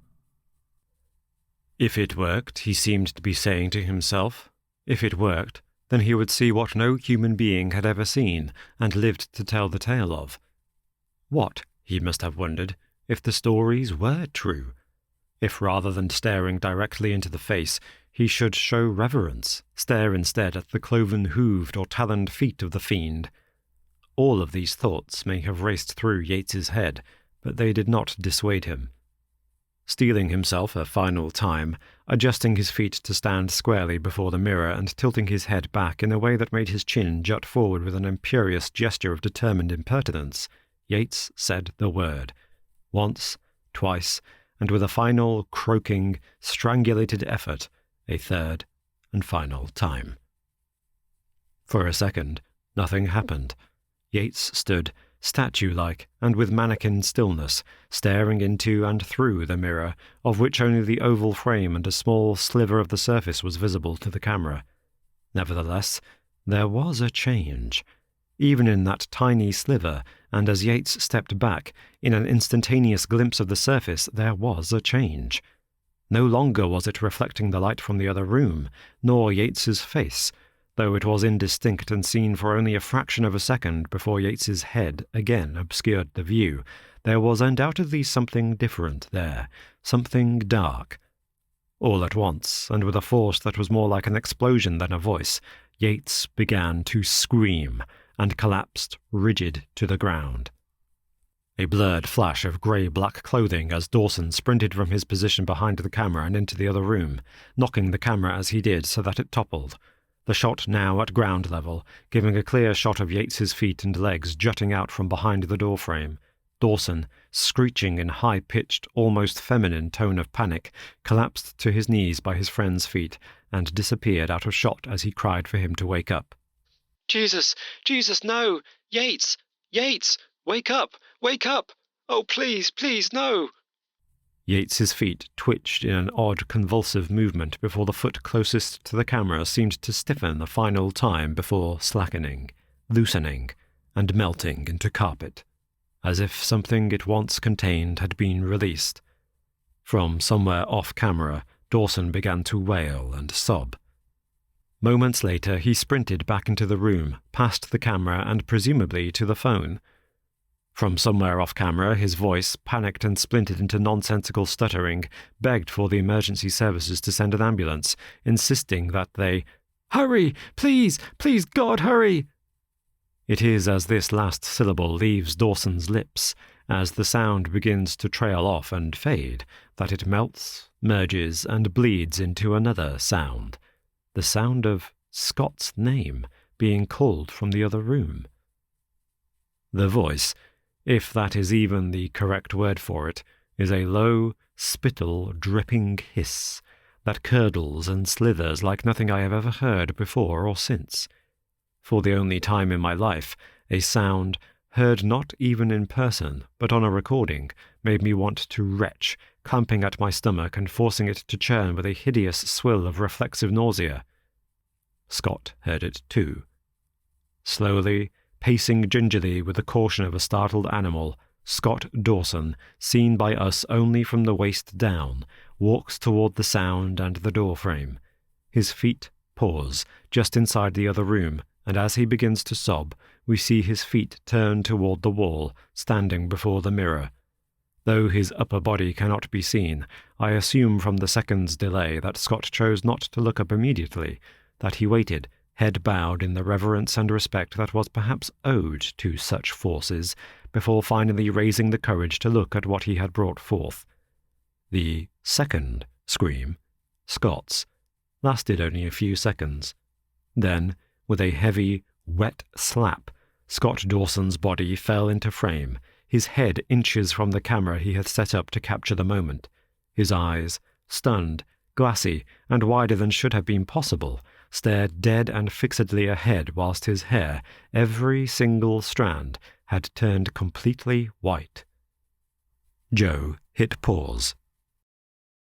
"Both men," Joe began, "died of cardiac arrest. The coroner described it as a massive cardiac event of the type seen in cases of extreme shock. They were scared to death." For a moment I was at a loss for words, undeniably shaken by what I had seen on screen. Finally, clutching at the straws of an explanation, I mentioned the drugs, suggesting that perhaps Dawson too had partaken of the LSD-loaded wine. That perhaps the power of suggestion which had clearly bitten with such ferocity at his partner had also impacted him. That he had seen something in his own mind.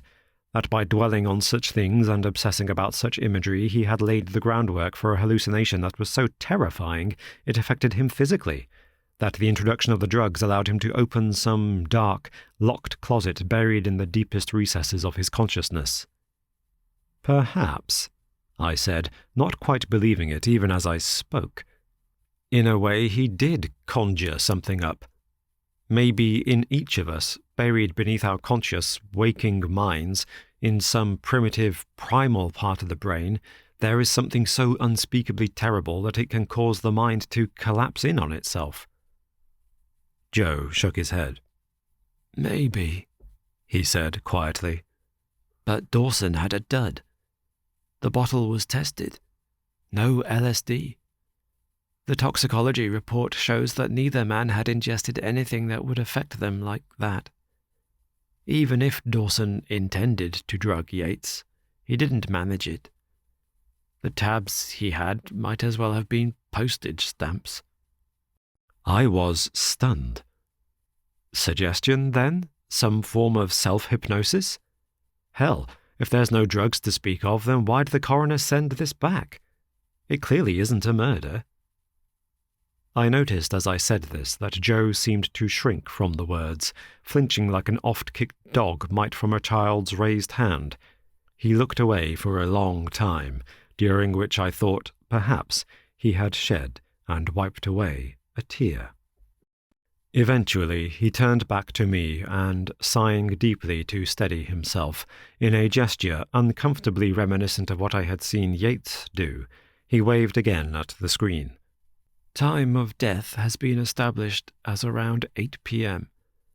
The coroner reckons that what we see on camera is the cardiac event that killed them, one after another. Something they saw in that mirror scared them to death. He says that, in all likelihood, both men were dead within seconds of hitting the floor." "So?" I replied. "If they died of heart attack, then it still doesn't—" Joe pressed a finger to his lips, telling me to hush. Pressing play, he fast-forwarded for 2 minutes. When he pressed play again, Dawson, glassy-eyed and staring like something in the fishmonger's window, hadn't moved. At first I wondered what I was supposed to be looking at. What was different to the scene I had observed 2 minutes earlier? "The 2 boys were dead by this point. Both expired from cardiac arrest brought on by shock or fear," Joe repeated. "Okay," I said, still failing to see the relevance. Joe again gestured toward the screen. The image was unchanged. Still Dawson's face, still his glassy, staring eyes and bright white hair, But there was a change. Now there was a sound. If both boys are dead, and there is no one else there, then who is that, laughing? Joe whispered quietly as the peals of hideous delight rang out from the screen. I grabbed the remote from his hand and turned the video off. In 2018, a journalist interested in this case, a case that was closed and concluded to be death by misadventure decades ago, contacted me to ask about the tape. He said he had heard the urban legend about this tape and had also heard that I was involved. He explained that with modern technology and video enhancement techniques, he could clear up the image, focus on a particular section, and zoom in. "If he could," he said, "zoom the shot to show the inside of that door frame, to see the mirror seconds before Yates looked into it. We could," he said, not knowing what he asked. "See what he saw. See clearly the face he saw in the mirror.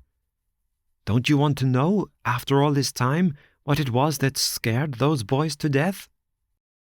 I told that man, a fool if ever there was one born, that I destroyed that tape years ago, and that, no, I didn't want to know, though I suspect, in fact, that I already do. This has been Seeing Lucifer's Smile, a short horror story. Written by Stories from the Attic. Narrated by Robin McConnell. Copyright 2023 by Michael Vandervoort. Production copyright by Michael Vandervoort.